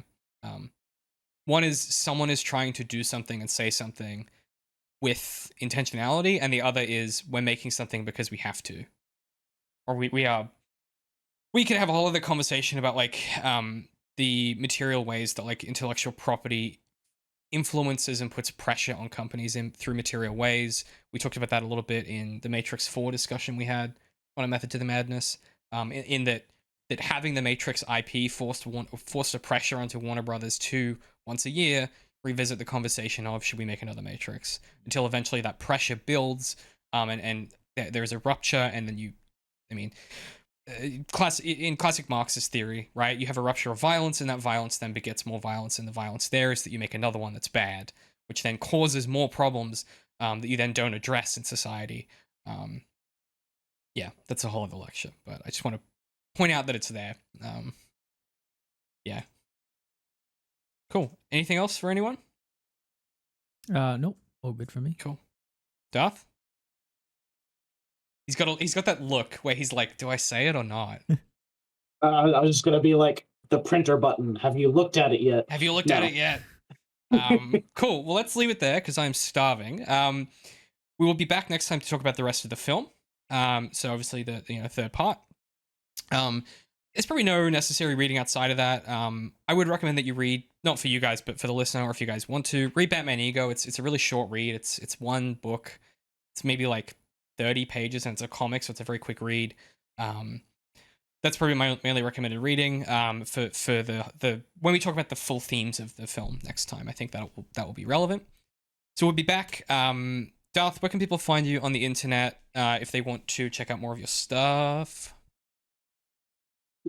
That would be YouTube, DARTH'. doing video essays mainly, and still working on the same Acolyte one I've been working on forever, but I figured out the opening shot. Oh, excellent. Got that today. Yes. Okay. Eat your heart out, Sam. Patrick, yeah, got my opening shot, got my ending shot. That's what that's what Snyder says. Yeah, got those too. Boom, locked in. Links in the show notes for that, of course. Patrick, people want to find A Method to the Madness to hear your thoughts on film and philosophy. Where can they find it? You can find A Method to the Madness on YouTube, Spotify, SoundCloud, and Apple Podcasts. We also have a website, amttm.com. It's good timing. The tag was on screen. That was not planned, but we'll take the coincidence. There you go. I just had like a dumb producer thought. I was like, I need a button where I can be like, it's this plug, and then it just changes the background to like the Dath background of the method. I'll work it out. Oh, yeah. It's a future thing. You guys know what it is. Go listen to A Method to Madness. There is a non-zero chance that you listen to both shows. If you don't already listen to A Method to Madness, you absolutely should. If you guys make it this far, and you know the deal, ZeroIndent.com for everything we do, patreon.com/ZeroIndent to support us. The bonus for this, that was for part 1, will be me and Alex's discussion after his first time watching it. And then I was thinking the bonus for part 2, I might read through Batman Ego and talk a little bit about that over on the Patreon. You can get that extra content for free just by following us, but do consider supporting us if you do have a few dollars a month. And also, there's a backlog of about 10 years worth of content there. Feel free to sign up for a month, download it all, and then, end your subscription if you're not in a position to support us in an ongoing fashion. Any amount helps. That'll do it for us. We're going to get out of here. We will catch you same bat time, same bat channel. Is this a Kevin Smith? Yes. Yeah, nice. I can't believe I didn't do that last time. Yeah. Bye. What a Kevin Smith reference. It's an old saying as well. Before it was a Kevin Smith thing. That was the original Adam West show. Oh. Yeah. Yeah. Yeah, there you go. He's too young. He's too young. He doesn't get it. Yeah, I know. Yeah, us old heads, we understand. All right, we're getting out of here, guys. We'll catch you next time. Bye.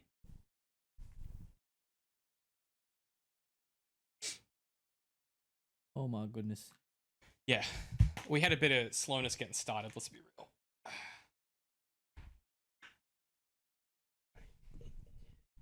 Stuff. All right. I'll catch you tomorrow then, Dath. This season of Daredevil in the Details is brought to you by the Maynard Trigg series. These are my Dying Earth science fantasy steampunk coming of age novels. The 3rd book is out now. You can grab the first book, Maynard Trigg and the Creature Beneath the Veil, hardback or paperback. It's on special right now at underink.press. Appreciate any support you guys give. These books are one of my favorite things I've ever done. I'm super proud of them, and I would love you guys to check it out. If you're interested in the stuff we do, I guarantee you'll enjoy these books. Head to underink.press and grab your copy today. If you like these handcrafted studies of genre fiction, please head over to ZeroIndent.com or patreon.com/ZeroIndent if you'd like to consider supporting us. Even if you just give us a follow on Patreon, that helps us out. Leave a comment, a like, and if you're in a financial position to do so, you can support us and get access to early content, additional videos, director's commentaries, audio diaries, and all kinds of different things we have coming up. It really makes a difference helping keep independent media crit alive. Once again, that is ZeroIndent.com or patreon.com/ZeroIndent if you'd like to support us.